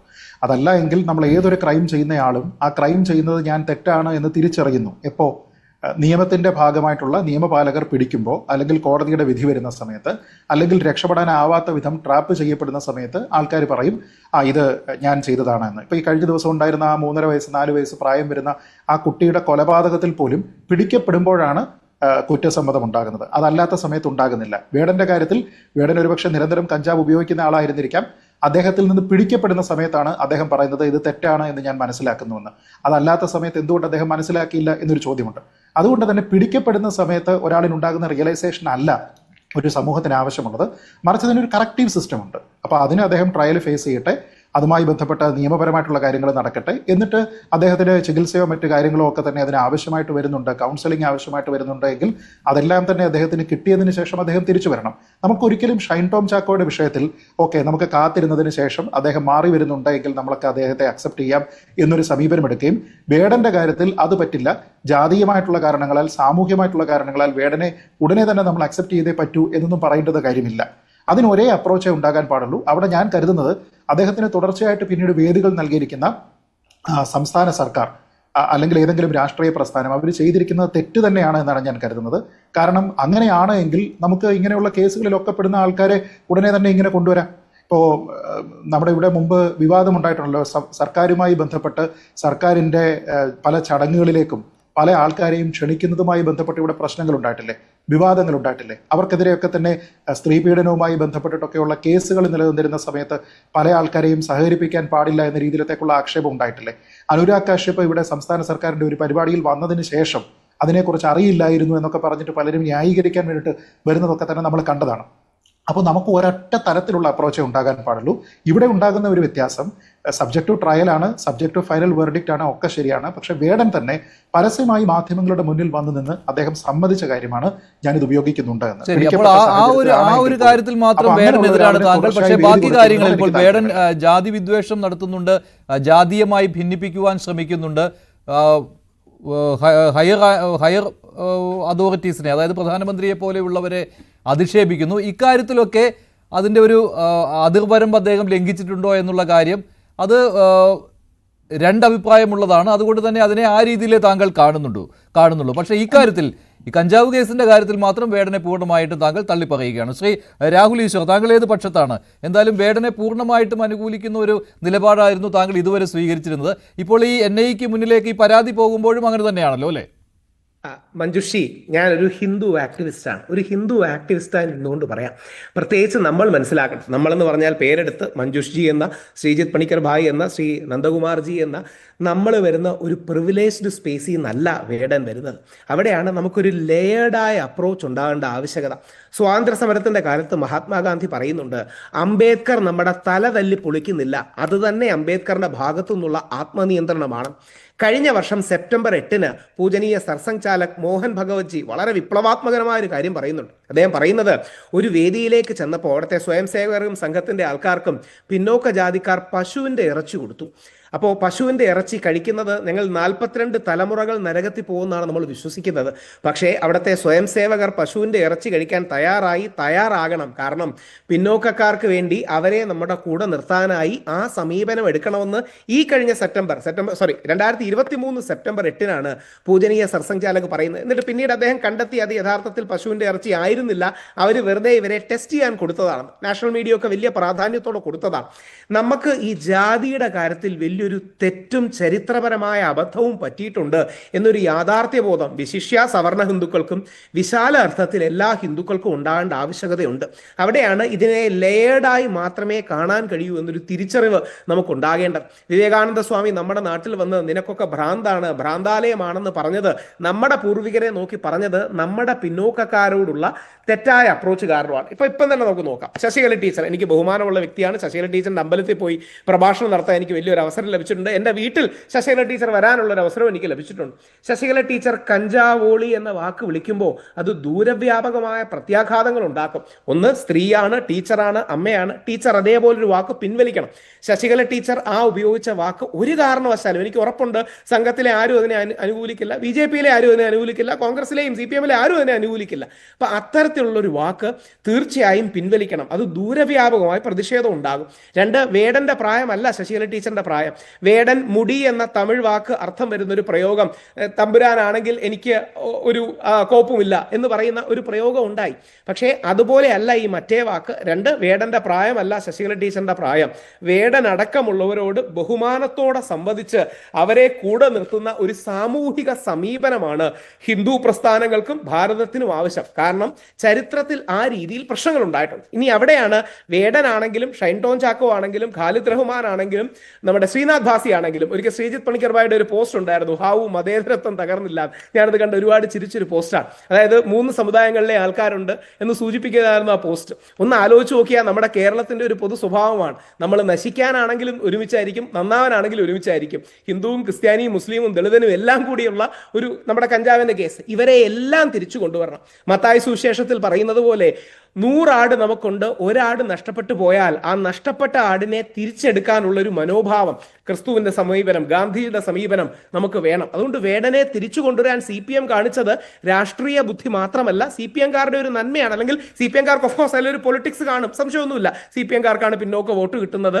അതേ സമീപനം തന്നെ BJP-യും പോസിറ്റീവായി എടുക്കുന്നത് നല്ലതാണ്. കാര്യം വേടനടക്കമുള്ളവരെ വേട്ടയാടുന്നു എന്നൊരു ധ്വനി കൊടുക്കുന്നത് സമൂഹത്തിൽ ചേരില്ല. ഇനി LTTയുടെ കാര്യം പറഞ്ഞു, ശരിയാണ്, വേടൻ സംശയമൊന്നുമില്ല LTTയെ ന്യായീകരിക്കുകയും ഗ്ലോറിഫൈ ചെയ്യുകയും തന്നെയാണ് ചെയ്തത്. പക്ഷെ നമ്മൾ ഓർക്കേണ്ട കാര്യം 1980 ഇപ്പോൾ നമ്മൾ ചർച്ച ചെയ്യുന്ന വിഷയത്തിലോ അതിൽ താങ്കളുടെ നിലപാട് ആദ്യം പറയുമെന്നാണ് ഞാൻ വിചാരിച്ചത്. മോദി കപടദേശവാദി, ഇതാണ് ഇപ്പോൾ പരാതിക്ക് കാരണമായിരിക്കുന്ന ഒന്നാമത്തെ കാരണം. ഒരിക്കലും മോദിജിയെ അങ്ങനെ അധിക്ഷേപിക്കാൻ പാടില്ല, സംശയമൊന്നുമില്ല, തർക്കമൊന്നുമില്ല. ഞാൻ മോദിജിയെ ബഹുമാനിക്കുന്ന, ചില പോളിസികളോട് വിയോജിപ്പ് കാണും, മോദിജിയെ ബഹുമാനിക്കുന്ന, ഈ രാജ്യത്തെ ഒരുമിച്ച് കൊണ്ടുപോകാൻ വർക്ക് ചെയ്യുന്ന ഒരു വ്യക്തിയാണ് മോദിജി. നമ്മുടെ പ്രധാനമന്ത്രിയോ നമ്മുടെ അധികാര സ്ഥാനത്തിരിക്കുന്നവരെയോ വ്യക്തിപരമായി അധിക്ഷേപിക്കരുത്. മോദിജിയുടെ ഒരു പോളിസി തെറ്റാണ്, കാർഷിക നിയമത്തിന്റെ കാര്യത്തിൽ എതിരഭിപ്രായമുണ്ടോ, NRCയുടെ അഭിപ്രായത്തിൽ എതിരഭിപ്രായമുണ്ട് എന്നൊക്കെ പറയുന്നതിൽ തെറ്റില്ല. ചില വാക്കുകൾ, കയ്യിൽ വാളെടുത്തു തുടങ്ങിയ വാക്കുകൾ വ്യക്തിപരമായ അധിക്ഷേപം, പ്രധാനമന്ത്രിയാണെങ്കിലും എനിക്ക് ഒരുപാട് എതിർപ്പുള്ളതാണ് നമ്മുടെ മുഖ്യമന്ത്രി ശ്രീ പിണറായി വിജയൻ. പക്ഷേ സഖാവ് പിണറായി വിജയൻ ആണെങ്കിലും പ്രധാനമന്ത്രിയാണെങ്കിലും വ്യക്തി അധിക്ഷേപം വേടൻ ചെയ്യരുത്. ഇനി നേരത്തെ നന്ദകുമാർജി പറഞ്ഞു രാഷ്ട്രീയമാണ് പറഞ്ഞത്, എന്തുകൊണ്ട് താങ്കൾക്ക് പറയാൻ തോന്നുന്നില്ല?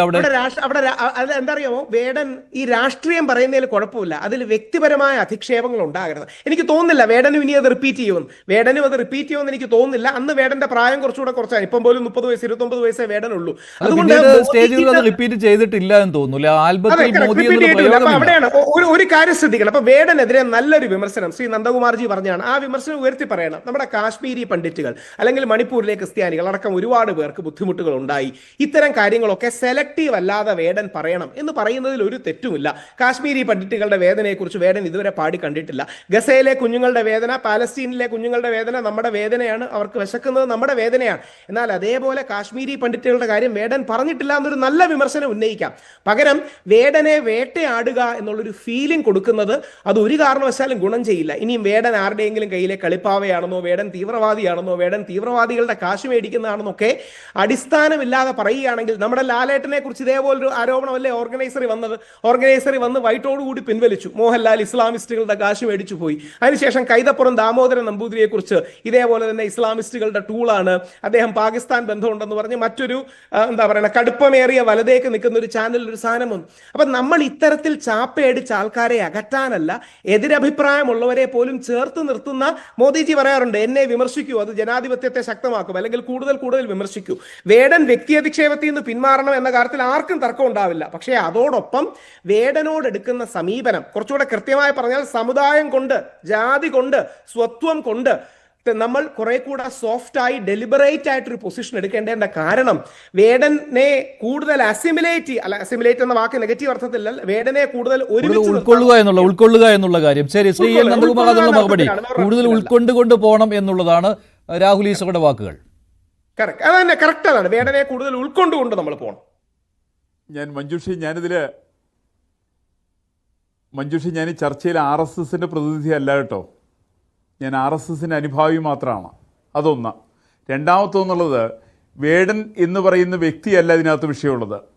വേടൻ പ്രതിനിധാനം ചെയ്യുന്ന, ഇപ്പം തന്നെ ഉദാഹരണം പറഞ്ഞാൽ വേടൻ നമ്മൾ അറിയപ്പെടുന്നത്, ഞാൻ വേടൻ അറിയുന്നത് ഈ 6 ഗ്രാം കഞ്ചാവായിട്ട് വേടനെ പിടിച്ച സമയത്താണ് ഞാൻ അറിയുന്നത്. പക്ഷെ അങ്ങനെയുള്ളൊരു വേടനെ ഒരു ഉത്തരവാദിത്തപ്പെട്ട രാഷ്ട്രീയ പ്രസ്ഥാനം അതിൻ്റെ പരിപാടിക്ക് ക്ഷണിച്ചു കൊണ്ടുവന്ന് മുൻകാലങ്ങളിൽ ആ രാഷ്ട്രീയ പ്രസ്ഥാനം സാംബശിവനാണ് പ്രാധാന്യം കൊടുത്തിരുന്നത്. ഇന്ന് ആ സാംബശിവൻ്റെ സ്ഥാനത്താണ് വേടനുള്ളത്. അതിൻ്റെ യുവജന വിഭാഗം ഈ പറയുന്ന ആളെ കൊണ്ട് അവിടെ നൃത്തം ചെയ്യിച്ച് അവിടെ പാട്ട് പാടിക്കുന്ന സമയത്ത് പുതുതലമുറയ്ക്ക് അവർ കൊടുക്കുന്ന സന്ദേശം എന്താണ്? ഇന്ന് കേരളത്തിൻ്റെ സർക്കാരടക്കം എല്ലാ ആളുകളും നമ്മളൊക്കെ തന്നെ മയക്കുമരുന്നിനെതിരായിട്ട് വലിയ പ്രചരണം നടത്തിക്കൊണ്ടിരിക്കുന്ന സമയമാണ്. ഈ പ്രചരണം നടത്തിക്കൊണ്ടിരിക്കുന്ന സമയത്താണ് രാസലഹരി ഉപയോഗിക്കുന്ന, കഞ്ചാവ് ഉപയോഗിക്കുന്ന ഒരാളെ സംബന്ധിച്ച് അത് തെറ്റല്ലെന്ന് പറയുന്ന ആൾക്ക് വേണ്ടിയിട്ട് ഒരു പരിപാടി സംഘടിപ്പിക്കുന്നത് ഒരു രാഷ്ട്രീയ പാർട്ടിയുടെ ഒരു ഉയർന്ന മാനസിക നിലയാണെന്ന് എനിക്കൊരിക്കലും തോന്നാൻ വേണ്ടി സാധ്യമല്ല. മറിച്ച് ആ രാഷ്ട്രീയ പ്രസ്ഥാനം അത്തരത്തിൽ പൊതുസമൂഹത്തെ, പ്രത്യേകിച്ച് യുവജനങ്ങളെ ആ തരത്തിൽ വഴിതെറ്റിക്കുന്നു എന്നുള്ളത് എനിക്ക് പറയാതിരിക്കാൻ നിവൃത്തിയില്ല. അതാണ് ഇതിനെ സംബന്ധിച്ച് പ്രധാനമായിട്ടുള്ളത്. രണ്ടാമത്തത്, ഇതിനകത്ത് ഒരു വേടൻ എന്ന് പറയുന്ന ഒരാളുടെ, ഒരു കലാകാരനെ കുറിച്ചല്ല നമുക്ക് തർക്കമുള്ളത്. വേടൻ ഏത് തരത്തിൽപ്പെട്ട പാട്ടുകൾ എഴുതാൻ അധികാരമുണ്ട്. പക്ഷേ വേടൻ്റെ പാട്ടുകൾ എന്ന് പറയുന്നത്, അദ്ദേഹം പാടുന്ന പാട്ടുകൾ ഈ നാടിനെതിരായിട്ടുള്ളതാണോ എന്നുള്ളതാണ് പ്രശ്നം. നമ്മൾ നാട്ടിലെ വ്യക്തികൾക്കെതിരായിക്കോട്ടെ, ഇപ്പോൾ പ്രധാനമന്ത്രിക്കെതിരായിട്ട് അദ്ദേഹം പറയുന്നതിനകത്ത് എനിക്ക് വലിയ വിയോജിപ്പും തോന്നിയിട്ടില്ല. അത് പറയാനുള്ള അധികാരം അദ്ദേഹത്തിനുണ്ട്. പക്ഷേ ഈ നാടിൻ്റെ അടിസ്ഥാനപരമായിരിക്കുന്ന പ്രശ്നങ്ങളെക്കുറിച്ച് അദ്ദേഹം പരാമർശിക്കുന്നുണ്ടോ? അങ്ങനെ പരാമർശിക്കുന്നില്ല. ഇപ്പം ജാതിയെക്കുറിച്ച് അദ്ദേഹം പറയുന്നുണ്ട്. ഈ ജാതി കേരളത്തിലുണ്ടായിരുന്ന ഏറ്റവും ഉന്മൂലനം ചെയ്യേണ്ട ഒരു വസ്തുത തന്നെയാണ് ജാതി. അതിനകത്ത് സംശയമുള്ളത്? ആ കാര്യത്തിൽ ഒരു സംശയവും ഞാൻ മനസ്സിലാക്കുന്നത് RSSോ ഭാരതീയ ജനതാ പാർട്ടിയോ അടക്കമുള്ള പ്രസ്ഥാനങ്ങളെ സംബന്ധിച്ചില്ല. കാരണം കേരളത്തിൻ്റെ മാത്രമല്ല മുഴുവൻ ഭാരതത്തിൻ്റെ ഒരുപക്ഷെ ഏറ്റവും കുറച്ച് ജാതിയുള്ള സംസ്ഥാനങ്ങളൊന്ന് കേരളമാണ് മറ്റ് സംസ്ഥാനങ്ങളെ വെച്ചുകൊണ്ട്. അങ്ങനെയുള്ള കേരളത്തിൽ ആളുകൾ ജാതി സ്പർദ്ധ വരുത്തുന്ന രീതിയിലുള്ള പദപ്രയോഗങ്ങൾ ഒരു കലാകാരൻ്റെ വായിൽ നിന്ന് വരുന്നത് ഒരിക്കലും ഭൂഷണമല്ല. പ്രത്യേകിച്ച് ഞാൻ നേരത്തെ സൂചിപ്പിച്ച പോലെ തന്നെ ഭാരതത്തിൻ്റെ മുൻ പ്രധാനമന്ത്രിയെ വധിച്ചിട്ടുള്ള ആളാണ്. അവരാണ് LTTE-ക്കാർ. അവരെയാണ് പിന്താങ്ങിക്കൊണ്ടിരിക്കുന്നത്. ഇതിന് സാമാന്യ മര്യാദ വേണ്ടി ഇക്കാര്യത്തിൽ. ഇപ്പോഴത്തെ ഇന്ത്യൻ പ്രധാനമന്ത്രിയെക്കുറിച്ച് പറഞ്ഞ വാക്കുകളല്ല എന്നെ വേദനിപ്പിച്ച കൂടുതൽ. മുൻ പ്രധാനമന്ത്രിയെ വധിച്ച ആളുകളെ പ്രകീർത്തിച്ചുകൊണ്ട് അവിടെ പുലികൾ അലറി വിളിക്കുകയാണ് എന്ന് പറഞ്ഞ് പാട്ടുകൾ എഴുതിയിട്ട് ആ പാട്ട് പാടുവാൻ വേണ്ടിയിട്ട് പാലക്കാട് വേദികൾ കൊടുക്കുന്ന രാഷ്ട്രീയ പ്രസ്ഥാനങ്ങളുണ്ടല്ലോ, ആ രാഷ്ട്രീയ പ്രസ്ഥാനങ്ങൾ ചെയ്യുന്നത് അത് ഈ പറയുന്ന വേടനേക്കാൾ കൂടുതൽ ദേശവിരുദ്ധ പ്രവർത്തനമായിട്ടാണ് എനിക്കിതിനെക്കുറിച്ച് തോന്നുന്നത്. അതാണ് നേരത്തെ സൂചിപ്പിച്ചേ, ഗോവിന്ദൻ മാഷ് അടക്കമുള്ള ആളുകൾ അവർ ഈ 6 ഗ്രാം കഞ്ചാവല്ലേ ഉള്ളൂ എന്നാണ് പറയുന്നത്. 6 ഗ്രാം കഞ്ചാവ് ഉള്ളൂ എന്നാണോ പറയേണ്ടത്? യുവജനങ്ങളോട് കൊടുക്കേണ്ട സന്ദേശം, യുവജനങ്ങൾ മയക്കുമരുന്നിൽ നിന്ന്, രാസലഹരിയിൽ നിന്ന്, മദ്യത്തിൽ നിന്ന്, മയക്കുമരുന്നിൽ നിന്ന്, കഞ്ചാവിൽ നിന്ന് ഇവിടുത്തെ യുവജനങ്ങൾ മാറി നിൽക്കണമെന്ന് ആവശ്യപ്പെട്ടുകൊണ്ട് എല്ലാ പൊതുസമൂഹം ആവശ്യപ്പെട്ടുകൊണ്ടിരിക്കുന്ന ഒരു സാഹചര്യത്തിലാണ് ഒരു ഉത്തരവാദിത്തപ്പെട്ട രാഷ്ട്രീയ പാർട്ടിയുടെ നേതാവ് 6 ഗ്രാം കഞ്ചാവേ ഉള്ളൂ എന്നുള്ള നിലയ്ക്ക് ഈ പറയുന്ന വേടനെ ന്യായീകരിക്കുന്നത്. ഇപ്പം എൻ്റെ പ്രധാനപ്പെട്ട വിഷയമുള്ളത്, വേടൻ ഏതാണെങ്കിലും വേടനുള്ള കലാകാരൻ എൻ്റെ ചർച്ചാ വിഷയമല്ല. കലാകാരനെ വിമർശിക്കുന്നതും ശരിയല്ല എന്നുള്ള അഭിപ്രായം എനിക്കുമുണ്ട്. അദ്ദേഹത്തിന്റെ അപ്പോൾ ഇതിലോ ഈ ജാതി വിദ്വേഷം നടത്തുന്നില്ല, ജാതി ഭിന്നത ഉണ്ടാക്കുന്നില്ല, അങ്ങനെ ഒരു നിലപാട് താങ്കൾക്കുണ്ടോ? ഈ കഞ്ചാവിന്റെ കാര്യത്തിൽ എന്തായാലും വേടനെ ന്യായീകരിക്കാൻ പറ്റുകയില്ല. അത് മാത്രമല്ല, സംസ്ഥാന സർക്കാർ ചെയ്യുന്നത് ഒട്ടും ന്യായീകരിക്കാൻ പറ്റാത്ത കാര്യം തന്നെയാണ്. പക്ഷേ ഈ പറയുന്ന കാര്യങ്ങളിൽ ഈ 5 പരാതികൾ പോയിരിക്കുന്നത് NIA അന്വേഷിക്കണമെന്ന് ആവശ്യപ്പെട്ട് അതിനോടൊപ്പം താങ്കൾ വിയോജിപ്പ് പ്രകടിപ്പിക്കുകയാണോ? ഞാൻ ഇതിനകത്ത് പ്രധാനമായിട്ട് അദ്ദേഹത്തിന് ജാതി സ്പർദ്ധ വളർത്തുന്ന വാക്കുകളാണ് അദ്ദേഹത്തിൽ നിന്ന് വരുന്നതെന്ന് എനിക്ക് സംശയമില്ല. അദ്ദേഹത്തിന്റെ ഓരോ പ്രയോഗങ്ങൾ എന്താ, ഞാൻ അദ്ദേഹത്തിന്റെ പാട്ടുകൾ ഞാൻ മുഴുവനായിട്ട് ഞാൻ പറയുന്നില്ല. ആ വരികളിൽ മുഴുവനുള്ളത് ഞാൻ മറ്റേ അദ്ദേഹത്തിന്റെ സമുദായത്തെ ഒഴിച്ച് എല്ലാ സമുദായത്തെക്കുറിച്ച് അദ്ദേഹം പറയുന്നുണ്ട്. അദ്ദേഹം ഒരിക്കലും ഒരു ദളിത് വിഭാഗത്തിൽപ്പെട്ട ആളൊന്നും അല്ലല്ലോ. അദ്ദേഹം സംസാരിച്ചു വരുന്ന സമയത്ത് ഞാനെന്തോ ദളിതനാണെന്നുള്ള മട്ടിലാണ് സംസാരിക്കുക. ആ ദളിതന്മാരുടെ മുഴുവൻ വക്താവായിട്ട് അദ്ദേഹം സംസാരിക്കുന്ന സമയത്ത് ജാതി സ്പർദ്ധ വളർത്താൻ വേണ്ടി തന്നെയാണ് പരിശ്രമം. കേരളത്തിൽ നമുക്കറിയാലോ, കേരളത്തിൽ എന്തുകൊണ്ടാണ് ജാതി ഇല്ലാതിരിക്കാൻ കാരണം? കേരളത്തിലാണ് ശ്രീനാരായണ ഗുരുദേവൻ ജനിച്ചത്, കേരളത്തിലാണ് അയ്യങ്കാളി ജനിച്ചത്, കേരളത്തിലാണ് പണ്ഡിറ്റ് കറുപ്പൻ മാസ്റ്റർ ജനിച്ചത്, കേരളത്തിലാണ് മറ്റേ ചട്ടമ്പി സ്വാമികൾ ജനിച്ചത്. ഈ തരത്തിൽപ്പെട്ട ആരും കേരളത്തിൽ ജാതി സ്പർദ്ധ ഉണ്ടാക്കുന്ന രീതിയിൽ ഒരു പ്രവർത്തനവും ചെയ്തിട്ടില്ല എന്ന് മാത്രമല്ല, ജാതി ഇല്ലാതാക്കാനായിട്ടുള്ള ബോധപൂർവമായിട്ടുള്ള പരിശ്രമമാണ് കേരളത്തിലെ സാമൂഹ്യ പരിഷ്കർത്താക്കൾ ഉണ്ടാക്കിയത്. എന്നാൽ അതിൽ നിന്ന് വ്യത്യസ്തമായിക്കൊണ്ട് ചില വൈദേശികമായിരിക്കും ദർശനങ്ങളുടെ താല്പര്യ സംരക്ഷണാർത്ഥമാണ് പാലക്കാട് അദ്ദേഹം പാടിയത് എന്നെനിക്ക് പറയാതിരിക്കാൻ നിവൃത്തിയില്ല. ശരി, ശ്രീ സയ്യിദ് പണിക്കർ, താങ്കൾ യോജിക്കുന്നുണ്ടോ ഈ അഭിപ്രായത്തോട്? ശ്രീ മഞ്ജുഷ്, ഇതിൽ അദ്ദേഹം പറഞ്ഞിരിക്കുന്ന ഒരു ഭാഗം നോക്കൂ. അദ്ദേഹം തന്നെ പറയുന്നത് പ്രധാനമന്ത്രിയെ ആക്ഷേപിച്ചു എന്ന് പറയുന്നതിലല്ല കൂടുതൽ പ്രശ്നം അദ്ദേഹം കാണുന്നത് എന്നാണ്. എന്ന് വെച്ചാൽ, ജനാധിപത്യപരമായിട്ടുള്ള ഒരു സമൂഹത്തിൽ ഇടപെടുന്ന ഒരാളെന്ന രീതിയിലും കല എന്ന് പറയുന്നത് പലപ്പോഴും ഒരു പൊളിറ്റിക്കൽ സ്റ്റേറ്റ്മെന്റ് കൂടിയാണ് എന്നുള്ള ഒരു വസ്തുതയെ അംഗീകരിക്കുമ്പോഴും അദ്ദേഹവും പറയുന്നത് പ്രധാനമന്ത്രിയെ വിമർശിക്കുന്നതിന് പ്രശ്നമില്ല എന്ന് തന്നെയാണ്. പക്ഷെ അതിനേക്കാൾ ഗുരുതരമായിട്ടുള്ള കുറേ പ്രശ്നങ്ങൾ, ഇപ്പോൾ അദ്ദേഹം രാജീവ് ഗാന്ധിയുടെ ഉദാഹരണം അടക്കം പറയുന്നത്, അതിനേക്കാൾ കുറച്ചുകൂടി പ്രശ്നമുള്ള കാര്യങ്ങൾ അദ്ദേഹം പറയുന്നുണ്ടോ എന്നതിലാണ് അദ്ദേഹത്തിന്റെ ആശങ്ക എന്നാണ് പറയുന്നത്. അങ്ങനെ ഉണ്ടാകുന്നില്ല എന്ന് ഉറപ്പുവരുത്തേണ്ടത് വേടനും അദ്ദേഹത്തെ സ്നേഹിക്കുന്ന ആൾക്കാരും തന്നെയാണ്. കാരണം വേടൻ അദ്ദേഹം പലപ്പോഴും പറയുന്നുണ്ട്, അദ്ദേഹം അംബേദ്കറിന്റെ ഐഡിയോളജിയോട് താല്പര്യമുള്ളയാളാണ് എന്നാണ് പറയുന്നത്. പക്ഷേ അങ്ങനെയുള്ള ഒരാൾ എത്രത്തോളം ഒരു സെൽഫ് റെസ്ട്രെയിൻറ്റ് പുലർത്തേണ്ടതാണ് എന്നതിനെക്കുറിച്ച് വേടന് അജ്ഞനാണോ എന്ന് പലപ്പോഴും സംശയം തോന്നാറുണ്ട്. ഇപ്പോൾ വിദ്യാഭ്യാസം മൂലം ഒരു പരിവർത്തനം ദളിത് വിഭാഗത്തിനിടയിൽ ഉണ്ടാകണം എന്നതിനെക്കുറിച്ച് ഏറ്റവും കൂടുതൽ സംസാരിച്ചിട്ടുള്ള ഒരാളും എഴുതിയിട്ടുള്ള ഒരാളും അംബേദ്കർ തന്നെയാണ്. പക്ഷേ അങ്ങനെ ഒരു രീതിയിൽ, അതിനെ റെസിപ്രൊക്കേറ്റ് ചെയ്യുന്ന രീതിയിൽ, അതിനെ ഫോളോ ചെയ്യുന്ന രീതിയിൽ ഒരു പെരുമാറ്റം ഈ കമ്മ്യൂണിറ്റിയോടോ കേരളത്തിലെ പൊതുസമൂഹത്തിനോടോ വേടൻ പുലർത്തുന്നുണ്ടോ എന്നുള്ളൊരു ചോദ്യമല്ലേ? അദ്ദേഹത്തിൻ്റെ പല കോൺസേർട്ടുകളിൽ നിന്ന് അദ്ദേഹം വളരെ അബ്യൂസീവായിട്ടുള്ള ലാംഗ്വേജ് പറയുന്നതിൻ്റെ വീഡിയോ ദൃശ്യങ്ങൾ നമ്മൾ കണ്ടിട്ടുള്ളതല്ലേ? അപ്പോൾ നമ്മൾ കൾച്ചറൽ റിഫൈൻമെൻ്റ് ഒക്കെ ഉണ്ടാകണം എന്ന് പറയുക, വിദ്യാഭ്യാസം കൊണ്ട് എന്ത് തരത്തിലുള്ള അപ്ലിഫ്റ്റ്മെൻ്റ് ആണ് നമുക്ക് ഉണ്ടാകേണ്ടത് എന്ന് പറയുന്ന അങ്ങനെയുള്ള ഒരാളിനെ ആരാധനാപാത്രമായിട്ട് നമ്മൾ സ്വീകരിച്ചുകൊണ്ട് നമുക്ക് ഒരു പൊതുവേദിയിൽ വന്നുകൊണ്ട് അശ്ലീലം പറയാനായിട്ട് സാധിക്കുമോ? അപ്പോൾ ഇവിടെ ഒരു സെൽഫ് റെസ്ട്രെയിൻറ്റ് എടുക്കേണ്ടത് വേടൻ തന്നെയാണ്, അല്ലെങ്കിൽ അദ്ദേഹത്തിനെ പിന്തുണയ്ക്കുന്ന ആൾക്കാരാണ് അത് ഉറപ്പുവരുത്തേണ്ടത്. സെൽഫ് ഡിസിപ്ലിൻ ഏറ്റവും കൂടുതൽ അംബേദ്കർ പറഞ്ഞിരുന്ന, ഏറ്റവും കൂടുതൽ വോക്കലായിരുന്ന ഒരു കാര്യമാണ് clean living and self discipline എന്ന് പറയും. ഇത് എല്ലാ കാലവും അംബേദ്കർ അഡ്വക്കേറ്റ് ചെയ്തിരുന്നതാണ്. പക്ഷേ അങ്ങനെ ഒരു ക്ലീൻ ലിവിങ് എന്ന് പറയുമ്പോൾ അതിൽ നമ്മൾ ഏതെങ്കിലും ഒരു വിഭാഗത്തിന് പ്രശ്നമുണ്ടാകുന്ന രീതിയിലത്തേക്ക് നമ്മളൊരു നറേറ്റീവ് തുടർച്ചയായിട്ട് പറഞ്ഞുകൊണ്ടിരിക്കണമോ? അത് ഒരു സോഷ്യൽ ഡിവൈഡിന് കാരണമാകുന്നുണ്ടോ ഇല്ലയോ എന്നത് ചിന്തിക്കുക. ഇത് ചിന്തിക്കേണ്ടത് ഉത്തരവാദിത്തമുള്ള. രാഹുലിവിടെ പറഞ്ഞത് വേടനെ ഉൾക്കൊള്ളുന്നില്ല, കൂടുതലായിട്ട് ഉൾക്കൊള്ളണം എന്നുള്ളതാണ്. താങ്കൾ അങ്ങനെ ഒരു നിലപാടുകാരനല്ലല്ലോ എന്തായാലും. അല്ല, വേടനെ ഉൾക്കൊള്ളാതിരിക്കുക എന്നൊക്കെ പറയുന്നത് വ്യക്തിപരമായിട്ടുള്ള സ്വാതന്ത്ര്യമാണ്. അദ്ദേഹത്തിന്റെ കലയ്ക്ക് ആൾക്കാർക്ക് ആവിഷ്കാര സ്വാതന്ത്ര്യം അദ്ദേഹത്തിനുണ്ട് എന്ന് പറയുന്നത് പോലെ തന്നെ അദ്ദേഹത്തിന്റെ കലയെ ഇഷ്ടപ്പെടാനും ഇഷ്ടപ്പെടാതിരിക്കാനുമുള്ള അവകാശം എല്ലാവർക്കുമുണ്ട്. ഇപ്പോൾ വേടൻ പറയുന്ന കാര്യങ്ങളോ വേടൻ പാടുന്ന കാര്യങ്ങളോ വേടന്റെ രാഷ്ട്രീയമോ നമ്മൾ അംഗീകരിക്കണമെന്നില്ല. പക്ഷെ അദ്ദേഹത്തിന് അത് പറയാനുള്ള സ്വാതന്ത്ര്യമുണ്ട് എന്ന കാര്യത്തിൽ മാത്രമേ നമുക്ക് യോജിപ്പുള്ളൂ. ഇപ്പോൾ ഉദാഹരണത്തിന് പ്രധാനമന്ത്രി അദ്ദേഹം ഒരു കപട ദേശീയവാദിയാണ് എന്ന് പറയുന്ന രാഷ്ട്രീയമായിട്ടുള്ള ഒരു പ്രസ്താവന എത്രത്തോളം യോജ്യമാണ് അത് ഒരു കലാകാരൻ പറയുമ്പോൾ എന്നുള്ളതിനെ പറ്റി നമ്മൾ ആലോചിച്ച് നോക്കേണ്ടത്. ഇപ്പോൾ അശോക് ഗെഹ്ലോട്ടിന്റെ ഉദാഹരണം ഞാൻ നേരത്തെ പറഞ്ഞു. അദ്ദേഹം വളരെ സീസൺഡ് ആയിട്ടുള്ള കോൺഗ്രസ് പാർട്ടിയുടെ തലമുതിർന്ന ഒരു നേതാവായിരിക്കെയാണ് അദ്ദേഹം ഈ ഒരു അഭിപ്രായം പറയുന്നത്. അപ്പോൾ അത് പൊളിറ്റിക്കലായിട്ട് മാത്രമേ ആൾക്കാർ കാണുകയുള്ളൂ. എന്ന് വെച്ചാൽ അതിനോട് നമ്മൾ ചേർത്ത് വെക്കുന്ന ഒരു വിലിഫയിങ് ആയിട്ട് പറയുന്ന ഒരു സ്റ്റേറ്റ്മെന്റ് ആണ് എന്ന് പോലും ആൾക്കാർ അതിനെ റീഡ് ചെയ്യുകയില്ല. കാരണം പ്രത്യക്ഷമായിട്ട് കോൺഫ്ലിക്റ്റിൽ നിൽക്കുന്ന രണ്ട് രാഷ്ട്രീയ പാർട്ടികൾ, അതിൻ്റെ രണ്ട് നേതാക്കൾ അങ്ങോട്ടും ഇങ്ങോട്ടും ഇതുപോലെ തന്നെ സംസാരിക്കും എന്ന് മാത്രമേ ആൾക്കാർ മനസ്സിലാക്കുകയുള്ളൂ. പക്ഷേ ഒരു കലാകാരൻ തൻ്റെ കല ആസ്വദിക്കുന്നതിന് വേണ്ടി വരുന്ന ഒരുപാട് ആൾക്കാരുടെ മുന്നിൽ രാജ്യത്തിൻ്റെ പ്രധാനമന്ത്രിയെ അബ്യൂസ് ചെയ്യുന്ന രീതിയിൽ, അദ്ദേഹത്തിനെ അവഹേളിക്കുന്ന രീതിയിലത്തേക്ക് പറഞ്ഞാൽ, അവിടെയാണ് ഞാൻ ചോദിച്ചത്, പൊളിറ്റിക്കൽ ഹേട്രഡ് പ്രചരിപ്പിക്കുക എന്നുള്ള ഒരു ഉദ്ദേശം കലയ്ക്കുണ്ടോ ഇല്ലയോ എന്നുള്ളതാണ് പ്രശ്നം. നമ്മുടെ രാഷ്ട്രീയം പറയുക എന്ന് പറയുമ്പോൾ അത് പൊളിറ്റിക്കൽ ഹേട്രഡ് ആവേണ്ടതില്ല. എനിക്ക് എൻ്റെ രാഷ്ട്രീയം എപ്പോൾ വേണമെങ്കിലും പറയാം.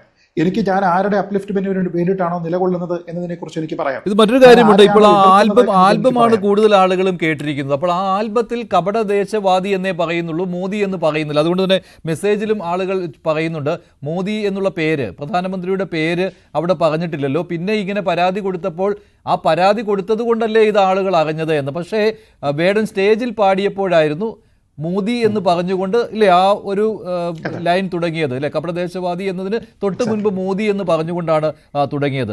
അപ്പോൾ അത് എന്ത് ലക്ഷ്യത്തിനായിരുന്നു എന്നുള്ള ഒരു സംശയം കൂടിയില്ലേ? കാരണം ആൽബത്തിൽ അതില്ല, ഒറിജിനൽ ലിറിക്സിൽ അതില്ല എന്ന് വേണ്ടേ അനുമാനിക്കാൻ. പക്ഷേ സ്റ്റേജിൽ അന്ന് അങ്ങനെ പാടുകയും ചെയ്തു. അല്ല, അത് തന്നെയാണ്. അതായത് തൻ്റെ പാട്ടിനോട് കൂടുതൽ പ്രിയം ആർക്കാണ്, തൻ്റെ ഓഡിയൻസ് ആരാണ് എന്നതിനെക്കുറിച്ച് അദ്ദേഹത്തിന് മറ്റാരെക്കാളും നല്ല ധാരണയുണ്ട്. അപ്പോൾ അതുകൊണ്ട് അവരുടെ മുന്നിൽ എന്താണ് ചെലവാകുന്നത് എന്നതിനെക്കുറിച്ച് ഏതൊരു കോൺസേർട്ട് നടത്തുന്ന ഏതൊരു കലാകാരനും കൃത്യമായ ധാരണയുണ്ടാകും. പക്ഷേ ഇതൊക്കെ തന്നെ കോൺട്രഡിക്റ്റ് ചെയ്യുന്നത് എവിടെയാണെന്ന് അറിയോ മഞ്ജുഷ്? അത് അംബേദ്കറിനെ നിങ്ങൾ കൂട്ടുപിടിക്കുമ്പോഴാണ്. ഇപ്പോൾ ഉദാഹരണത്തിന് അംബേദ്കർ എല്ലായ്പ്പോഴും റാഷണലിസത്തിനെ പറ്റി പറയുന്നയാളാണ്. അപ്പോൾ റാഷണലിസം കൃത്യമായി പിന്തുടരുന്ന ഒരാൾ, അല്ലെങ്കിൽ റെസ്പെക്ട്ഫുൾ ആയിട്ടുള്ള ഒരു ഡിസെന്റ് ഉണ്ടാകണം എന്ന് ആഗ്രഹിക്കുന്ന ഒരാളിനെ പിന്തുടരുന്ന ഒരാളിന് ഈ രീതിയിലത്തേക്ക് സംസാരിക്കാനായിട്ട് നമുക്ക് സാധിക്കുമോ? വേടൻ്റെ ജീവിത രീതി നോക്കൂ. അംബേദ്കർ പറഞ്ഞിരിക്കുന്ന പ്രിൻസിപ്പിൾസിനോട് എവിടെയെങ്കിലും ചേർന്ന് നിൽക്കുന്നതാണോ? അദ്ദേഹം ഇതുവരെ ഉൾപ്പെട്ടിരിക്കുന്ന കേസുകൾ, അദ്ദേഹത്തിനെതിരെ ഉണ്ടായിരിക്കുന്ന ആരോപണങ്ങൾ, ഇതൊന്നും തന്നെ ഒരു ആത്മനിയന്ത്രണമുള്ള ഒരു വ്യക്തിക്ക്, അംബേദ്കർ പറയുന്ന കോൺസെപ്റ്റ് ചേർത്തിട്ടാണ് ഞാൻ പറയുന്നത്, rational thinking, moral integrity, self discipline എന്നൊക്കെ പറയുന്നത് ഏറ്റവും കൂടുതൽ ദളിത് വിഭാഗത്തിൽ ഉണ്ടാകണം എന്നതിൻ്റെ അഡ്വക്കേറ്റ് ആയിരുന്നു അംബേദ്കർ. അപ്പം നമ്മൾ അംബേദ്കറിനെ മാതൃകയാക്കുകയും എന്നാൽ നമ്മൾ സ്വയം റിഫോം ചെയ്യുന്നതിന് വേണ്ടിയിട്ട് ശ്രമിക്കാതിരിക്കുകയും ചെയ്യുക എന്ന് പറയുന്നത് എവിടുത്തെ കാര്യമാണ്? ഇപ്പോൾ ആൽക്കഹോൾ കൺസപ്ഷൻ, ഒരുപക്ഷെ പണ്ട് കാലത്ത് അംബേദ്കറിൻ്റെ കാലത്ത് ഈ തരത്തിലുള്ള ഒരു സബ്സ്റ്റൻസ് അബ്യൂസ് അല്ലെങ്കിൽ ഒരു ലഹരി ഉപയോഗമൊന്നും ഇല്ലാത്തത് കൊണ്ടായിരിക്കും അതിനെക്കുറിച്ച് അദ്ദേഹം അധികം പറഞ്ഞിട്ടുണ്ടോ എന്ന് എനിക്കറിയില്ല.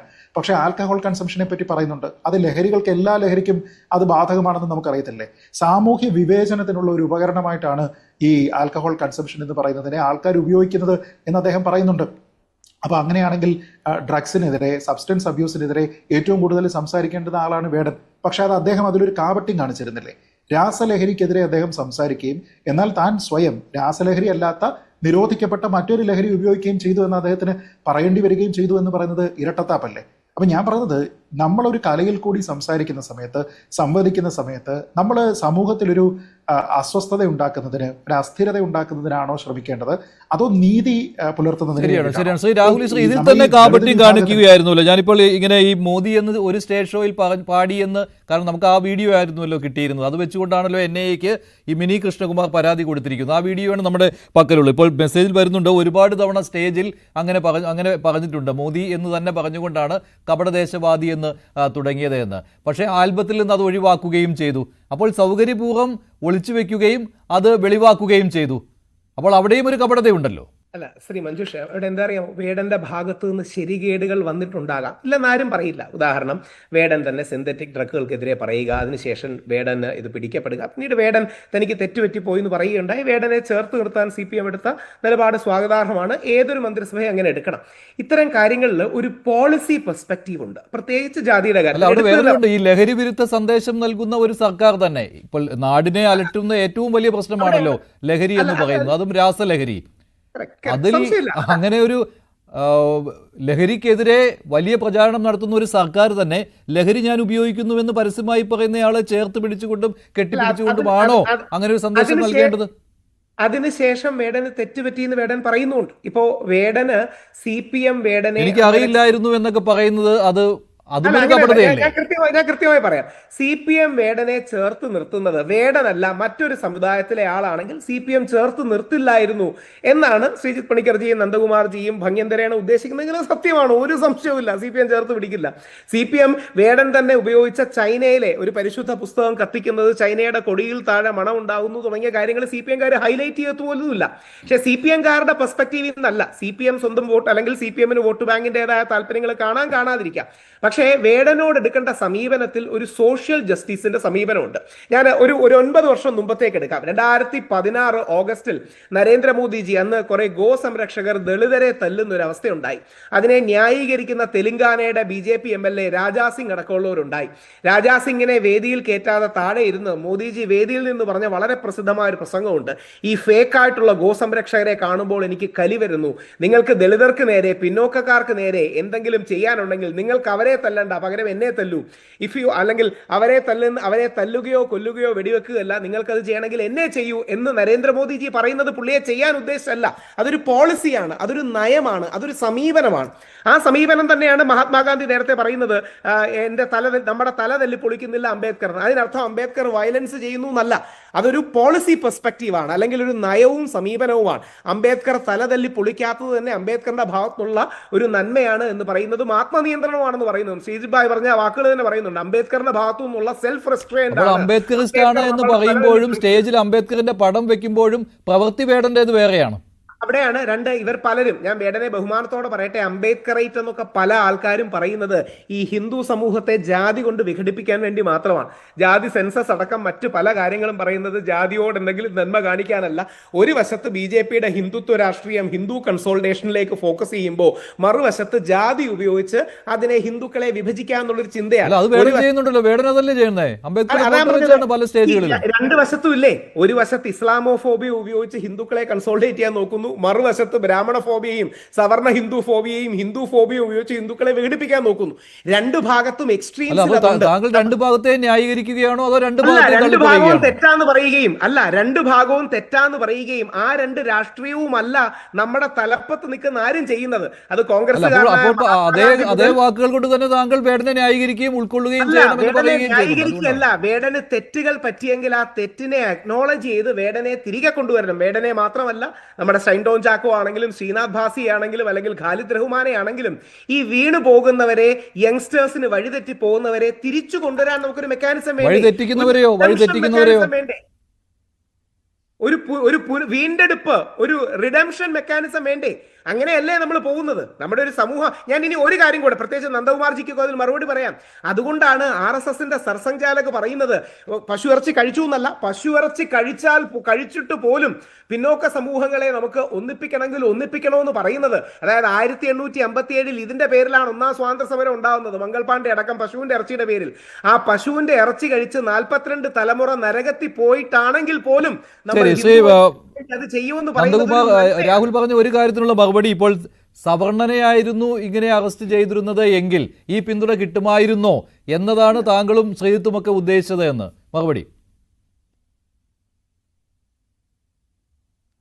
അല്ല, ഞാൻ തീർച്ചയായിട്ടും ആ തരത്തിൽ എനിക്കൊണ്ട് രാഹുൽ ഈശ്വർ ഇത് ഏതർത്ഥത്തിലാണ് മനസ്സിലാക്കിയെന്ന് എനിക്കറിയില്ല. കാരണം ഈ വേടൻ എന്ന് പറയുന്ന ആൾ വേട സമുദായത്തിൽപ്പെട്ടതല്ല എന്ന് എനിക്ക് കൃത്യമായിട്ട് ധാരണയുണ്ട്. അദ്ദേഹത്തിൻ്റെ അമ്മ കൃത്യമായി ശ്രീലങ്കൻ വംശജയായിരിക്കുന്ന സ്ത്രീയാണ്, തമിഴ് വംശജയാണ്. അതേപോലെ തന്നെ അദ്ദേഹത്തിൻ്റെ അച്ഛൻ എന്ന് പറഞ്ഞാൽ ശ്രീനാരായണീയ പ്രസ്ഥാനങ്ങളുമായിട്ട് ബന്ധപ്പെട്ട ആളാണ്. പിന്നെ എങ്ങനെയാണ് അദ്ദേഹം ദളിതനാകുന്നതെന്ന് എനിക്ക് ഒരു കാരണവശാലും മനസ്സിലായിട്ടില്ല. രണ്ടാമത് അദ്ദേഹം പറയുന്നത് അദ്ദേഹത്തിന് അംബേദ്കറാണ് ഏറ്റവും പ്രധാനപ്പെട്ട ആളെന്നാണ്. അംബേദ്കർ 5 ലക്ഷം ഹിന്ദുക്കളുമായിട്ടാണ് ബുദ്ധമതത്തിൽ ചേർന്നത്. ആ ബുദ്ധൻ്റെ പ്രതിമയാണ് അഫ്ഗാനിസ്ഥാനിൽ തകർത്തത്. അങ്ങനെയുള്ള ബുദ്ധൻ്റെ ആളുകളെയാണ് ഇദ്ദേഹം ആക്ഷേപിക്കുന്നത്. അവിടെ ബർമയിൽ, മ്യാൻമറിലുള്ള ആളുകളെ അവിടെ ഇദ്ദേഹം ആക്ഷേപിക്കുന്നത് എന്തിനു പുറത്താണ്? അവർ ബുദ്ധമതത്തിൽ ചേർന്നതിൻ്റെ പേരിൽ, അവർ ബുദ്ധമത അനുയായികളതിൻ്റെ പേരിലാണ്, ബുദ്ധ സന്യാസികളാണ് ഇദ്ദേഹം ആക്ഷേപിക്കുന്നത്. അങ്ങനെയുള്ളൊരു ആക്ഷേപം വരുത്തുന്ന ഒരാൾക്ക് ഒരു കാരണവശാലും അംബേദ്കറെ അദ്ദേഹത്തിന് അംഗീകരിക്കാൻ സാധിക്കും എന്ന് ഞാൻ വിശ്വസിക്കുന്നില്ല. അത് ഒരു കപട മതേതരത്വത്തിൻ്റെ ഭാഗം മാത്രമാണ്. ഇപ്പം ഇവിടെ വാസ്തവത്തിൽ ജാതികളുടെ പ്രശ്നമല്ല വാസ്തവത്തിൽ വരുന്നത്. വേടൻ എന്ന് പറയുന്ന ആൾ ക്രിയേറ്റ് ചെയ്യാൻ ശ്രമിക്കുന്ന തെറ്റായിട്ടുള്ള നറേഷൻ, ആ നറേഷന് ഒരു ഇടതുപക്ഷ പിന്തുണയുണ്ടെന്നുള്ളതാണ് ഞാൻ മനസ്സിലാക്കുന്നത്. അതുകൊണ്ട് മാത്രമാണ് വേടനെ സംരക്ഷിക്കാൻ വേണ്ടിയിട്ട് പ്രത്യേകമായിട്ടുള്ള സമ്മേളനങ്ങൾ വിളിച്ചു കൂട്ടുക. ആ സമ്മേളനത്തിൽ ആയിരക്കണക്കിന് യുവജനങ്ങളെ അണിനിരത്തുക, അവർ വേടന് വേണ്ടിയിട്ട് അവരെല്ലാവരും ഡാൻസ് ചെയ്യുക. ഈ തരത്തിൽപ്പെട്ട ആസൂത്രിതമായിരിക്കുന്ന പ്രവർത്തനങ്ങൾ അത് കേരള സർക്കാരിനെതിരായിട്ട് ചെയ്യുന്നത്. കാരണം കേരള സർക്കാരാണ് പറഞ്ഞത് ഒരു ലഹരിക്കെതിരായിട്ട് ഏറ്റവും വലിയ പ്രചരണം നടത്തുന്നത് കേരള സർക്കാരാണ്. ആ കേരള സർക്കാരിനെതിരായിട്ടായിരുന്നു പാലക്കാട് അവർ DYFI നടത്തിയിട്ടുള്ള സമരം. ആ സമ്മേളനം അതിൻ്റെ ഭാഗമായിട്ടാണ്. ആ സമ്മേളനത്തിലാണ് വേടൻ പങ്കെടുത്തിട്ടുള്ളത്. അപ്പോൾ വേടൻ ഒരിക്കലും ഒരു പിന്നാക്ക സമുദായക്കാരനുമല്ല. വേടൻ ആകപ്പെടെ പ്രതിനിധാനം ചെയ്യുന്നത് ഈ പറയുന്ന കഞ്ചാവ് ടീമിനെ തന്നെയാണെന്ന് പറയാതിരിക്കാൻ പറ്റില്ല.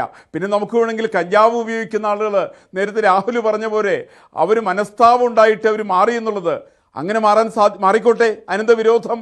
ആ മാറുന്ന ആളുകൾ അവർ പിന്നെ പ്രയോഗിക്കുന്ന പ്രയോഗങ്ങൾ അവരൊരിക്കലും ചാനലുകളിലോ അല്ലെങ്കിൽ പൊതുമാധ്യമങ്ങളിലോ വന്നിട്ട് പറയാൻ പാടില്ല, ഞാൻ മദ്യം ഉപയോഗിച്ചിരുന്നു അല്ലെങ്കിൽ ഞാൻ മയക്കുമരുന്ന് ഉപയോഗിച്ചിരുന്നു, അത് ഉപയോഗിക്കുന്നതിൽ എനിക്ക് അഭിമാനമുണ്ടെന്നുള്ള തരത്തിൽ പറയുന്നത് ഒരു കാരണവശാലും മാന്യതയല്ല എന്നാണ് ഞാൻ മനസ്സിലാക്കുന്നത്. ശരി, ശ്രീ ശ്രീജിത്ത് പണിക്കർ, രാഹുൽ താങ്കളെ കൂടി ഉദ്ദേശിച്ചാണ് പറഞ്ഞത്. വേടന്റെ അറസ്റ്റിനെയും ഒരു സവർണന്റെ അറസ്റ്റിനെയും തമ്മിൽ താരതമ്യപ്പെടുത്തിക്കൊണ്ട്. അല്ല, നോക്കൂ, ഈ നമ്മുടെ സമൂഹത്തിൽ ഉണ്ടാകുന്ന എല്ലാ കാര്യത്തിനും മതത്തിൻ്റെയോ സമുദായത്തിൻ്റെയോ ഒന്നും തന്നെ ഒരു പിന്തുണ ഉണ്ടാകേണ്ടുന്ന കാര്യമൊന്നുമില്ല. ഇപ്പോൾ വേടൻ്റെ ഒരു പ്രശ്നം, പ്രത്യേകിച്ച് ഇപ്പോൾ നമുക്ക് തുലനം ചെയ്യാൻ കഴിയുന്ന ഒരു പ്രശ്നം എന്ന് പറയുന്നത് അദ്ദേഹത്തിൻ്റെ ഡ്രഗ് അബ്യൂസുമായി ബന്ധപ്പെട്ട കാര്യമാണ്.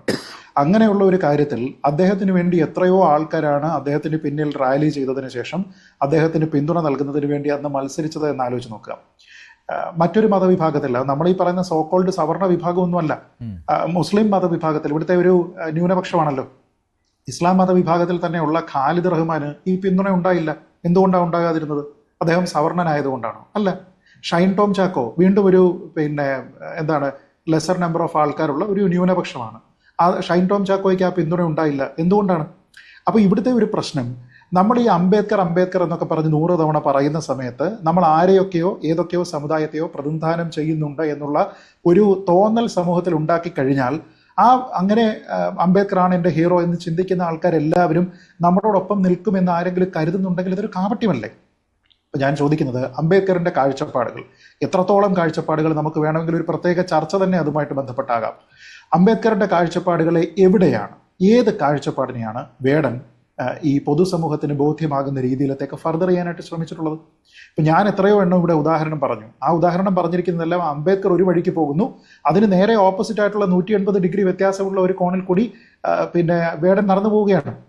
ഞാൻ പറഞ്ഞ അംബേദ്കറിൻ്റെ ഏതെങ്കിലും ഒരു സോഷ്യൽ റിഫോമിംഗ് പോളിസി, ആ പോളിസിയുമായി ബന്ധപ്പെട്ട് ഏതെങ്കിലും ഒരു സമയത്ത് പാർശ്വവൽക്കരിക്കപ്പെട്ട ആൾക്കാരുടെ പ്രശ്നങ്ങളെ ഉയർത്തിക്കൊണ്ട് അവരുടെ ശബ്ദമായിട്ട് അങ്ങനെയൊക്കെ വേടൻ മാറിയിട്ടുണ്ടോ? അങ്ങനെ ആയിരുന്നെങ്കിൽ നമ്മൾ എന്നേ വേടനെ അറിയണം. ഈ കേരളത്തിലുള്ള അദ്ദേഹത്തിൻ്റെ സംഗീതത്തിൻ്റെ ആരാധകരല്ലാത്ത എത്രയോ ആൾക്കാർ, പ്രത്യേകിച്ച് രാഷ്ട്രീയമായിട്ട് കാര്യങ്ങളെ കാണുന്ന, രാഷ്ട്രീയമായി ചർച്ച ചെയ്യുന്ന, രാഷ്ട്രീയ പ്രബുദ്ധതയുണ്ടെന്ന് അവകാശപ്പെടുന്ന മലയാളികൾ എന്നു മുതലേ വേടനെ ചർച്ച ചെയ്യണം. വേടൻ്റെ ഏതെങ്കിലും ഒരു അംബേദ്കറിസം കൊണ്ട് നമ്മൾ ഇന്നേ വരെ ഒരു ചർച്ച നടത്തിയിട്ടുണ്ടോ? അംബേദ്കർ പക്ഷത്ത് നിന്നുകൊണ്ട് വേടൻ ഏതെങ്കിലും മാർജിനലൈസ്ഡ് ആയിട്ടുള്ള വിഭാഗത്തിന് വേണ്ടി സംസാരിച്ച് വാർത്ത ഉണ്ടാക്കിയതിൻ്റെ പേരിൽ നമ്മൾ ചർച്ച ചെയ്തിട്ടുണ്ടോ? എവിടെയാണ് ചർച്ച ചെയ്തിരിക്കുന്നത്? അപ്പോൾ ഇത് നമ്മൾ ഒരു ബിംബം എന്ന രീതിയിലത്തേക്ക് ഉപയോഗിക്കുകയും ആ ബിംബത്തിന് പിന്നിൽ നിൽക്കാനായിട്ട് ആരെങ്കിലും ശ്രമിക്കുകയും ചെയ്തു കഴിഞ്ഞാൽ അതിന് പിന്തുണയ്ക്കേണ്ടുന്ന ആവശ്യമില്ല. അതെനിക്ക് തോന്നുന്നത് ഒരു പക്ഷേ അങ്ങനെ ചെയ്യുന്ന ആൾക്കാർ, അത് നിരവധി ആൾക്കാരുണ്ട്. അല്പം മുമ്പ് ശ്രീ രാഹുൽ പറഞ്ഞതുപോലെ ഞാൻ തന്നെ ഒരു പബ്ലിക് ഡിബേറ്റിൽ ഒരിക്കൽ പറഞ്ഞതാണ്, ഞാനൊരു അംബേദ്കറൈറ്റാണ്, ഞാനൊരു അംബേദ്കറിസ്റ്റാണ് എന്ന് പരസ്യമായി അവകാശപ്പെടുന്ന പല ആൾക്കാർക്കും അംബേദ്കറിന്റെ കാഴ്ചപ്പാടുകൾ എന്താണെന്ന് പോലും അറിയില്ല. ഇന്ന് ഒരുപക്ഷെ ഇവർ ഇപ്പോൾ മോദിയെ പറ്റി തന്നെ പറഞ്ഞല്ലോ, കപട ദേശീയവാദി എന്ന്. അംബേദ്കറിൻ്റെതായിട്ടുള്ള എത്രയോ താല്പര്യങ്ങൾ അങ്ങനെ നോക്കിക്കഴിഞ്ഞാൽ നടപ്പാക്കിയിരിക്കുന്നത് മോദി സർക്കാരാണ്.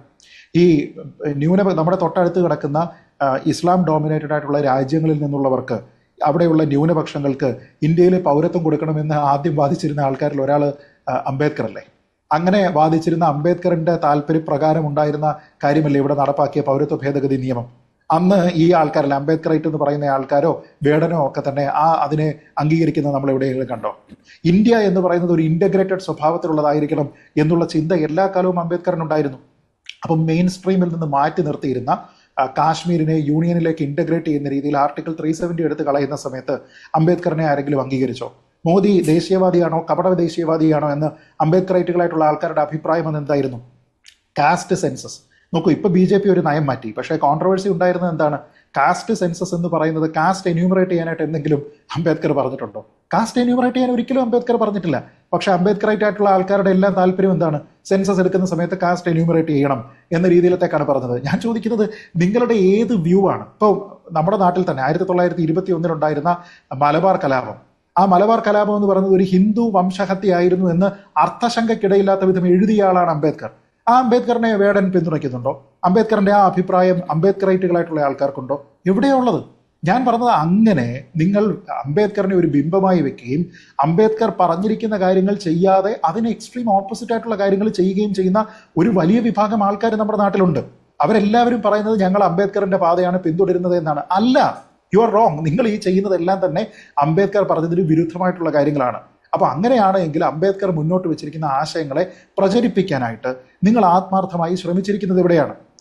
നിങ്ങൾ ആ ഒരു കമ്മ്യൂണിറ്റിയെ ഒരു കൈത്താങ് കൊടുത്തതിന് ശേഷം അവരെ മെയിൻ സ്ട്രീമിലേക്ക് കൊണ്ടുവരാനായിട്ട് നിങ്ങൾ ശ്രമിച്ചിരിക്കുന്നത് എവിടെയാണ്? അത് ചെയ്യാതെ ഞാൻ ഗാന്ധിയനാണ് എന്ന് കുറേ അധികം ആൾക്കാർ പറയുന്നത് പോലെ, ഗാന്ധിയെ പറ്റി ഒരു അക്ഷരം വായിക്കാത്ത ഗാന്ധിയന്മാർ നമ്മുടെ നാട്ടിൽ കുറേ അധികം ഉള്ളതുപോലെ, എല്ലാവരെയും അല്ല ഞാൻ പറയുന്നത്, അതേപോലെ ഇവിടെ കുറെ ആൾക്കാർ അംബേദ്കറിനെ ഒരു ബിംബമായി വെച്ച് പറയുന്ന ആൾക്കാരുണ്ട്. നെഹ്റുവിയൻ സോഷ്യലിസത്തിനെ പറ്റി ഇതേപോലെ പറയുന്ന എത്രയോ കോൺഗ്രസ്സുകാരുണ്ടെന്നറിയുമോ? ആ കോൺഗ്രസ്സുകാരോട് നെഹ്റുവിയൻ സോഷ്യലിസം എന്താണ് എന്ന് ചോദിക്കുന്ന സമയത്ത് ബബ്ബ അടിക്കുന്ന എത്ര കോൺഗ്രസ്സുകാരുണ്ടെന്നറിയോ? അപ്പൊ ഇതെല്ലാം തന്നെ നമുക്ക് മുമ്പുള്ള ചില ആൾക്കാരെ മാതൃകയാക്കിക്കൊണ്ട് ഞാൻ ആ പാത്തിലാണ് എന്ന് മറ്റുള്ളവരെ വിശ്വസിപ്പിക്കുന്നതിനും ആ പിന്തുണയ്ക്കും വേണ്ടി ശ്രമിക്കുന്നതാണ്. അതല്ലായിരുന്നുവെങ്കിൽ ഇവിടെ ഇവരൊക്കെ തന്നെ വിചാരിച്ചു കഴിഞ്ഞാൽ ഈ നാട് എന്നേ ശാന്ത സുന്ദര സുരഭിലമായി മാറുമായിരുന്നു. മറിച്ച് ഈ കല അല്ലെങ്കിൽ ആവിഷ്കാരം എന്ന് പറഞ്ഞുകൊണ്ട് നമ്മൾ ഒരു ആളിൻ്റെ പ്രശ്നത്തിനെ കുറിച്ച് പറയുകയും ആ പ്രശ്നത്തിന് പരിഹാരം കണ്ടെത്താൻ ശ്രമിക്കുകയും ചെയ്യുന്നതിന് പകരം എന്നോ ഇല്ലാതെ പോയി കഴിഞ്ഞാൽ നമ്മുടെ സ്വാതന്ത്ര്യത്തിന് ശേഷം ഭരണഘടന അംബേദ്കർ കൊണ്ടുവന്നിരിക്കുന്ന, അംബേദ്കർ ഉൾപ്പെടെയുള്ള ആൾക്കാർ തയ്യാറാക്കിയിരിക്കുന്ന ഭരണഘടന ഇന്ന് ആൾക്കാർക്ക് ഉറപ്പുവരുത്തുന്ന സമത്വമുണ്ട്. കോൺസ്റ്റിറ്റ്യൂഷണലായിട്ട് നിങ്ങൾക്ക് കിട്ടിയിരുന്ന റൈറ്റാണ്. ആ റൈറ്റ് നിലനിൽക്കുന്ന ഒരു രാജ്യത്ത് വന്നിട്ട് നിങ്ങൾ പിന്നെയും പണ്ട് കാലത്ത് ഇങ്ങനെ പീഡിപ്പിക്കപ്പെട്ടിരുന്നു, അതുകൊണ്ട് ഈ വിഭാഗം അങ്ങനെയാണ്, ആ വിഭാഗം മോശമാണ് എന്ന് പറഞ്ഞിട്ട് അതൊരു ആവിഷ്കാരമാണ് എന്ന് ആരെങ്കിലും പറയുന്നുണ്ടെങ്കിൽ, ഏത് രൂപത്തിൽ, സംഗീതമായിക്കോട്ടെ സിനിമയായിക്കോട്ടെ, ഏതെങ്കിലും രൂപത്തിൽ പറയുന്നുണ്ടെങ്കിൽ നിങ്ങൾ ഉദ്ദേശിക്കുന്നത് സോഷ്യൽ ഡിവൈഡാണ്, സോഷ്യൽ ഹേറ്റഡാണ്. ശരി രാഹുൽ ഈശ്വർ, അത് ശ്രീജിത്ത് പണിക്കരുടെ വ്യക്തിപരമായ അഭിപ്രായം മാത്രമാണോ രാഹുൽ?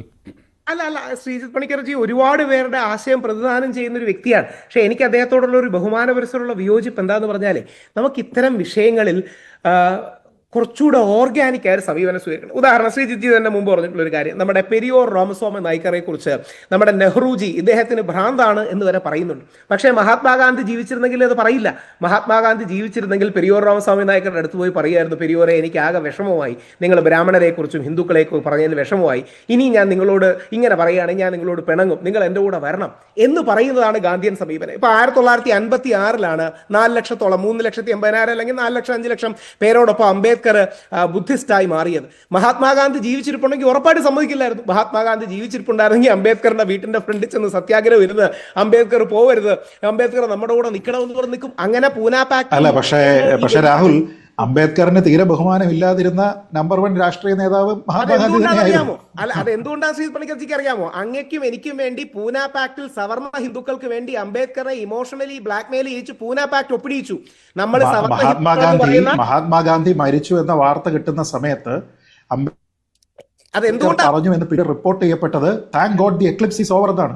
ഗ്രഹണം അവസാനിച്ചു എന്നാണ് പറഞ്ഞത്. തീർന്നില്ല, 2 ഗോഡ്സയ്ക്ക് വേണ്ടി വാദിക്കാൻ അംബേദ്കർ പറഞ്ഞിട്ടുണ്ടായിരുന്നു. അതായത് ചില സൂപ്പർ ഹ്യൂമൻസ് നാട്ടിൽ നിന്ന് പോകുന്നത് നല്ലതാണെന്ന് പറഞ്ഞിട്ടുണ്ടായിരുന്നു. പക്ഷേ എന്തുകൊണ്ടാണ് പറഞ്ഞത്? അതായത് അംബേദ്കർ പറഞ്ഞതിന്റെ കാര്യം താങ്കളും ഞാനും ഉൾപ്പെടുന്ന ഇന്ത്യയിലെ 20% ഉള്ള സവർണ ഹിന്ദുക്കളുടെ താല്പര്യം സംരക്ഷിക്കാൻ ഗാന്ധിജി 8 ദിവസം പൂനെയിലെ ഏർവാദ ജയിലിൽ നിരാഹാര സത്യാഗ്രഹം കിടന്നു കമ്മ്യൂണൽ അവാർഡിനെതിരെ. അംബേദ്കർ ഒരു കാരണവശാലും സമ്മതിക്കില്ല എന്ന് പറഞ്ഞു. ഈ രാജ്യം മുഴുവൻ അംബേദ്കറിനെതിരെ ഒരു വികാരപരമായ കൊടുങ്കാറ്റ് ആഞ്ഞു വീശി അവസാനം അംബേദ്കറിനെ കൊണ്ട് ഇമോഷണലി ബ്ലാക്ക്മെയിൽ ചെയ്യിച്ച് ഗാന്ധിജി പൂനാ പാക്ടിൽ ഒപ്പിടിച്ചു. അതുകൊണ്ടാണ് ഈ ദളിതർ നമ്മുടെ കൂടെ ഇന്ന് നിൽക്കുന്നത്. ഈ ദളിത് എന്ന് പറയുന്ന OBCയിലെ പിന്നോക്കം വരുന്ന വലിയൊരു വിഭാഗം വിശാല ഹിന്ദു കാഴ്ചപ്പാടിൽ നിൽക്കുന്നത് ഗാന്ധിജി ഞാൻ മരിച്ചു കളയുമെന്ന് ഒരമ്മ മക്കളെ പേടിപ്പിക്കുന്നത് പോലെ ഇമോഷണലി ബ്ലാക്ക്മെയിൽ ചെയ്തുകൊണ്ടാണ്. BBC കൊടുക്കുന്ന ഇന്റർവ്യൂവിൽ അംബേദ്കർ പറയുന്നുണ്ട്, ഗാന്ധിജി എന്നെ അങ്ങനെ ഞാൻ എന്റെ ജനതയെ വഞ്ചിക്കുകയാണെന്നാണ് അംബേദ്കർ പറഞ്ഞത്. മഹാത്മാഗാന്ധിയുടെ ജീവൻ രക്ഷിക്കണമെന്ന സമ്മർദ്ദം കാരണം ഞാൻ എൻ്റെ ദളിത് ജനതയെ വഞ്ചിച്ച് ഗാന്ധിജി പറയുന്നതിന് ഒപ്പിട്ട് കൊടുത്തു എന്നാണ്. ഇനി ഗാന്ധിജിയെ ചില തീവ്ര ദളിത് ആൾക്കാർ വിളിക്കുന്നത് വാമനൻ എന്നാണ്. ഞങ്ങളുടെ മഹാരാജാവായ മഹാബലി അംബേദ്കറെ ചവിട്ടിത്താഴ്ത്തിയ കുടില ബുദ്ധിക്കാരനായ വാമനനാണ് യഥാർത്ഥത്തിൽ മഹാത്മാഗാന്ധി. ബ്രാഹ്മണരെയും സവർണരെയും സപ്പോർട്ട് ചെയ്യാൻ വ്യാജ കണ്ണീരൊഴുക്കി ഞങ്ങളുടെ പൂന പാക്ടിനെ അദ്ദേഹം അല്ലെങ്കിൽ പൂന പാക്ടിലൂടെ അട്ടിമറിച്ചു എന്നാണ്. BSP കുറെ കാലം മുമ്പ് വരെ, അതായത് മായാവതിയുടെ BSP കുറെ കാലം മുമ്പ് വരെ ദളിത് വഞ്ചനാ ദിവസം എന്നൊക്കെ പറഞ്ഞതിനെ ആഘോഷിക്കുക അല്ലെങ്കിൽ ആചരിക്കുക പോലും ചെയ്തിരുന്നു.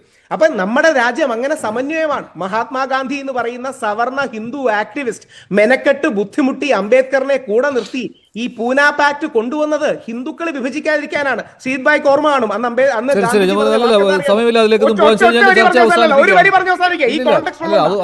മഹാത്മാഗാന്ധി പറഞ്ഞ വാക്കെന്താ അറിയാമോ? ഒറ്റ വരിയിലെടുക്കാൻ ഒരു വരി എടുക്കൂ, അവര് ആൾക്കാർ കേൾക്കണമെന്നുള്ളതുകൊണ്ടാ. ഞാൻ മരിക്കും, എന്റെ ശവശരീരത്തിന് മേലിൽ കൂടെ മാത്രമേ ഹിന്ദുക്കളെ വിഭജിക്കാൻ ഞാൻ അനുവദിക്കൂ. I will die. I will only allow Hindus to be divided over my dead body. അങ്ങനെ മഹാത്മാഗാന്ധി നിലപാടെടുത്തോണ്ടാണ് നമ്മൾ ഇന്ന് 100 കോടി ഹിന്ദുക്കളായിട്ട് ഇന്ത്യ ഞാൻ എന്റെ ഹിന്ദുക്കളായിട്ടുള്ള സഹോദരന്മാരോട് മരണം വരിക്കാനായിട്ട് ഞാൻ റിക്വസ്റ്റ് ചെയ്യുമെന്ന് മറ്റൊരു കോണ്ടെക്സ്റ്റിലും അദ്ദേഹം പറഞ്ഞിട്ടുണ്ട്. അത് കൂടുതൽ അപകടകരമായിരുന്നു. നന്ദകുമാർ, ശ്രീ പണിക്കർ, ശ്രീ രാഹുൽ ഈശ്വർ, ഇന്നത്തെ ചോദ്യം ഇതായിരുന്നു: മോദിയെ അധിക്ഷേപിച്ചോ വേടൻ? അധിക്ഷേപിച്ചു എന്ന് 65% പ്രേക്ഷകർ, ഇല്ല എന്ന് 30%.